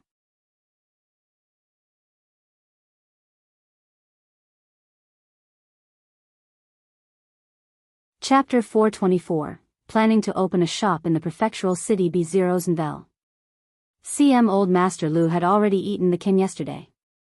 He knew that the things that this girl from the Gu family had brought were definitely not ordinary. He had come this time to discuss collaboration with Yundong. Coincidentally, Jiang's plan also had this intention. Boss, I'm thinking that the price of this canned fruit is not cheap. Most of the people who come to our shop to buy candy are servants of those families. Even if these people know that there are new things in Gus, they might not tell their master. After all, white sugar could not compare to clothes and jewelry. They would only know if they went over to try it themselves. Buying 5 caddies of sugar every day. Which rich family's young master had nothing better to do and came here every day? Moreover, these servants could not come to the master usually. Even if they knew that Gus had something called fruit cans, they could not convey it to the master in time. Jiang had thought of sending an invitation to the various families, but that would make it seem as if he was begging others to buy his things. This did not match what the boss said, positioning. Thus, Jiang thought of the Lu family's restaurant. Coincidentally, the Lu family and his boss had a good relationship. Perhaps it was a mutually beneficial matter. He did not expect to meet old Master Lu on the way to Yongfu village. The other party's thoughts coincided with his. Yundong nodded. All right, well, do as you say. As she spoke, she suddenly turned to look at old Master Lu. Uncle Lu, I heard that you've also opened Jianghu restaurant in Shuanhe Prefecture? Old Master Lu was stunned for a moment before he laughed out loud. Why? Do you have enough goods here? Do you want to sell them in the restaurant over there? I want to try selling them in the prefectural city, so that I'll be confident when I open a shop there in the future. Old Master Lu pondered for a moment. That's true. I heard from Lu Wei that you've grown a lot of fruits. The workshop will also grow bigger in the future. This county city won't be able to eat it. There are many big families in the prefectural city, so it can be sold for a high price. All right. It just so happens that the restaurants in the prefectural city lack new products. Your cans come at the right time. However, you have to lower the price for me. Of course. Yundong's price was 120 copper coins for a fruit can. Of course, that was the price in the county. There were at least 6 or 7 loquats and a lot of white sugar in a can. These two things were not cheap. Coupled with the labor transportation fee and the cost of the clay pot, the profit wasn't much compared to white sugar. The price in the prefectural city would definitely be raised. Regardless of whether the customers ate it or gave it as a gift, they would gain face. Yundong and Old Master Lu discussed the supply problem and quietly waited for the feedback from Jianghu restaurant. Just one day later, Yongkang came again. The customers who went to the restaurant to eat were all unsatisfied. Then, they followed Old Master Liu's guidance and ran to Gus. Each of them had a few jars without hesitation. In less than half a day, the canned loquats that had been brought to the shop the day before were all snatched away. Even Qin Wenjing secretly came over to buy 3 big jars and said that his wife and daughter liked them.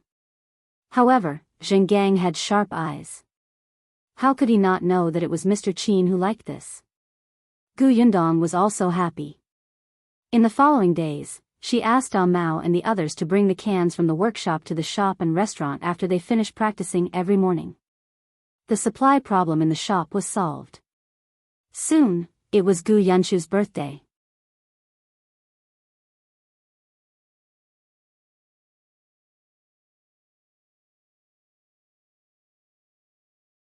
It was only when the egg white slowly turned into a white cotton-like shape that Qingyuan was shocked. It turned out that after stirring the egg whites for 15 minutes, it would become like this. His eyes gradually lit up as he looked at Yundong. He felt that she would surprise him from time to time. The Gu family was busy. When the school knew that Yunshu was going to invite everyone to his house for his birthday celebration, Qin Wenjing simply let them leave school 2 hours early. Seeing the students get into the carriage one by one, Qin Wenjing actually had the urge to follow them. However, he thought that he was their teacher and would make these students uncomfortable if he went, so he dismissed the idea. After all, he still had to protect his image. When he faced Yundong, he was easily irritable. The 2 carriages entered Yongfu village one after another. Everyone had agreed in advance that they could not make a fuss, and they had to remain calm and low-key after entering the village. However, it was their first time here after all. They still lifted the curtain of the carriage and looked outside. Yongfu village had changed a lot in the past 6 months, but most of the houses still looked very dilapidated.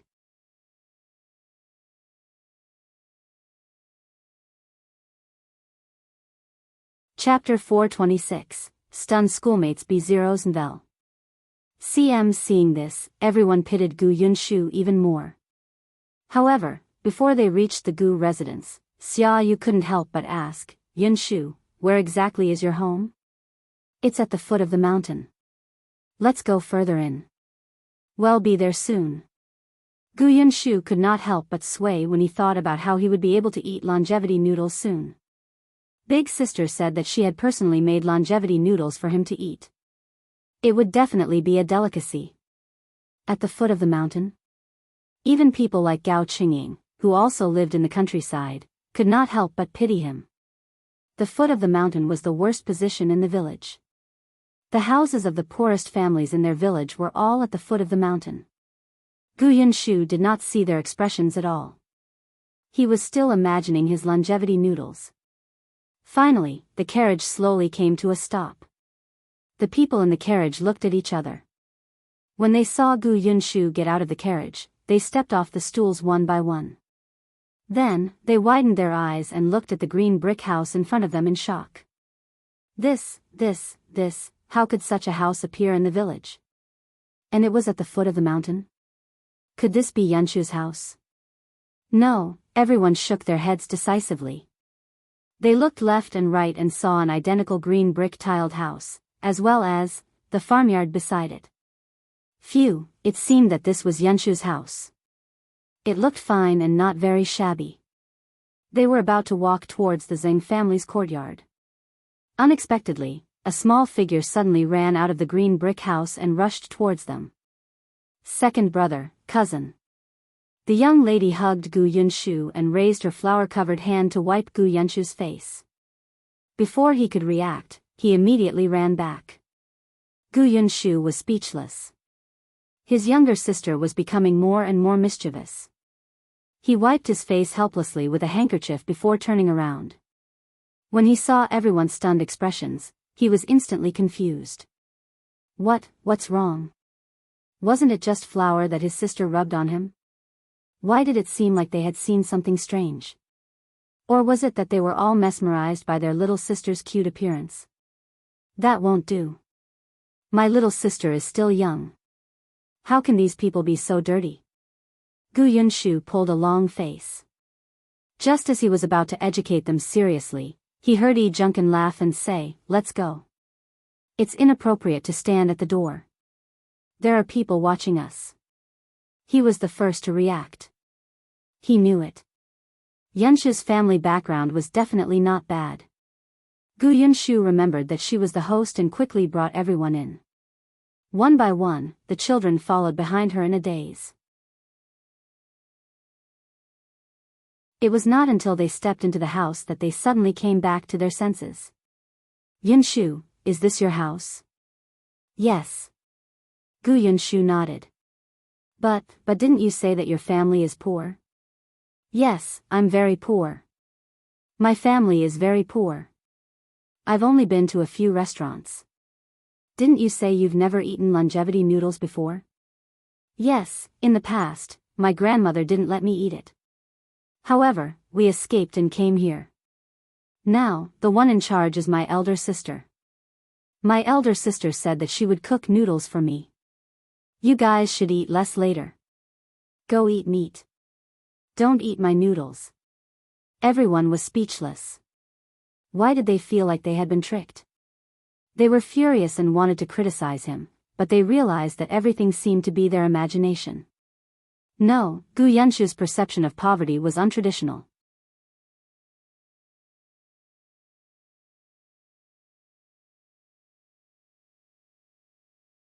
Chapter 427, Yunshu's Toy B0's Novel. The little kids felt that they should properly teach him what it meant to be truly poor. They had only seen poor people pretending to be rich, but they had never seen anyone living in a green brick house and using servants say that they had to work hard to earn 10 copper coins. However, as soon as they walked into the courtyard, they could not help but be stunned by the scenery inside.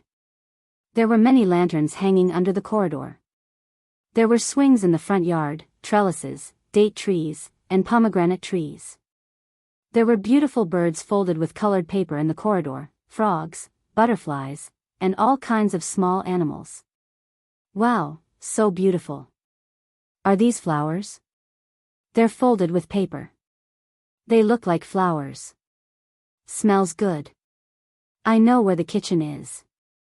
Yunshu was also a little dumbfounded. When he went out in the morning, they were not there. Now, he realized that the entire house had been decorated. His birthday wish was to eat a bowl of longevity noodles and a boiled egg, but Big Sister had gone through so much trouble to give him such a big surprise. Yunshu wanted to cry, and then he really did. He kept wiping his eyes with his small hands. Bien Yuanji, who was watching from the side, was envious. He still remembered that his birthday was a few months ago. At that time, he didn't even have a full meal and could only drink 2 mouthfuls of cold water. Now that he saw Yunshu crying, he hurried forward to comfort him. "You should be happy about your birthday. Everyone is looking at you. Don't cry anymore." Yundong also walked out of the kitchen and looked at the little guy standing under the porch. Big Sister prepared everything meticulously. "Don't you like it?" I like it. He wiped his tears and quickly ran over to hug her waist. "Big Sister, I like it so much. I'm so happy. I've never been so happy. Actually, I just want to eat a bowl of longevity noodles." Yundong stroked his head.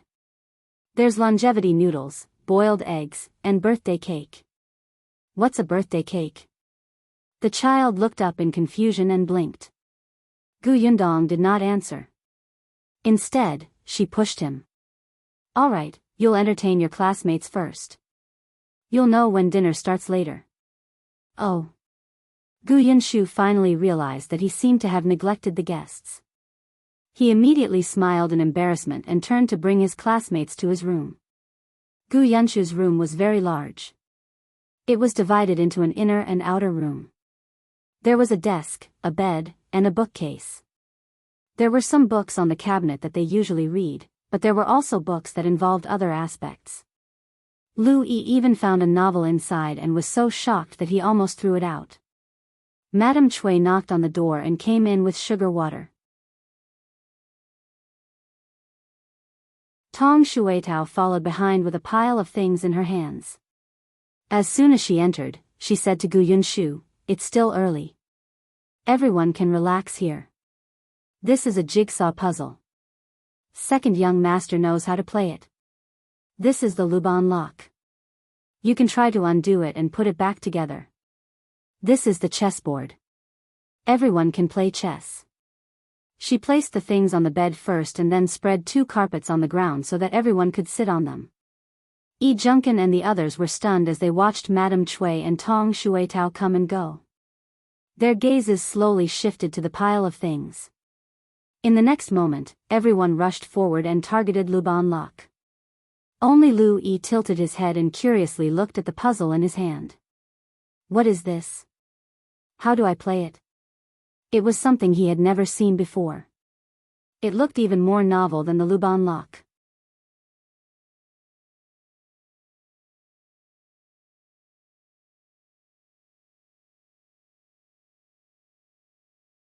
If you want to eat sweet food, there are canned loquats, canned peaches, and dried fruit. By the way, each of you can have a portion of this double-skinned milk. Everyone, try it first. The children were speechless. Their eyes were about to pop out. They had naturally eaten good food, but they had never seen or heard of so many good things. Especially the 2 from the prefectural city. They thought that there would be nothing surprising with their knowledge and experience. However, they had never heard of the puzzle before. What was this fried chicken drumstick, chicken wings, and chips? What was the can and lollipop? What was this double-skinned milk? They all looked so delicious.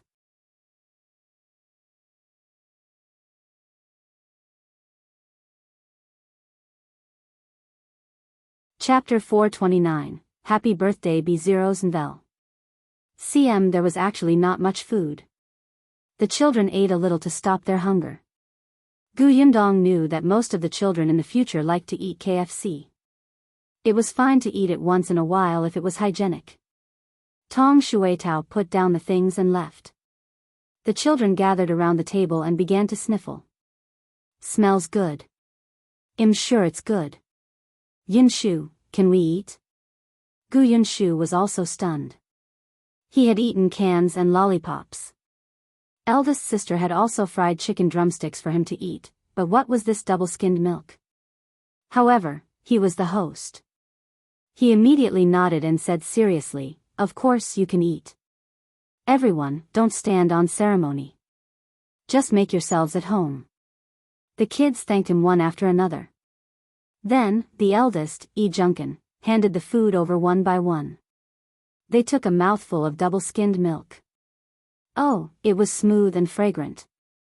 How could there be such a delicious thing? Everyone's eyes lit up. By the time they came back to their senses, they had almost finished it and were instantly embarrassed. Yunshu called everyone over to play and even went out to bring Xianxia and Xinglu in. The 2 of them were still a little timid in front of the students from the school. They stood in the corner and did not dare to speak. Fortunately, Jiang saw the desire for knowledge in their eyes. He became a little teacher and excitedly taught them how to read. Later on, Dan also came over. He was still studying in town and his school hours were late. Yunshu had always had a good relationship with him. They often practiced calligraphy and studied together after returning home. Especially after Chen Liang's eldest son returned, there was an additional family in the house. Occasionally, there would be a commotion. Dan was impatient and would go to Yunshu's house to study together most of the time. The Gu family's house was huge, and Yunshu's study was even more spacious. The lighting was also good. In addition, he had a good friend with him, so it was easier for him to learn here. At this moment, Yunshu's room was very lively. Everyone was playing games that they had never played before. They ate snacks that they had never eaten before and felt as if they had sublimated. They had originally wanted to educate Yunshu about poverty. Now that they had eaten his food, it was not appropriate for them to speak. However, Yunshu was really blessed to have so much delicious food. After more than an hour, Yundong finally let everyone out for dinner. In fact, they were already half full after eating the snacks. However, when they smelled the fragrance coming from the flower hall, they could not help but swallow their saliva. The sky had already darkened slightly, and the lanterns under the corridor had been lit.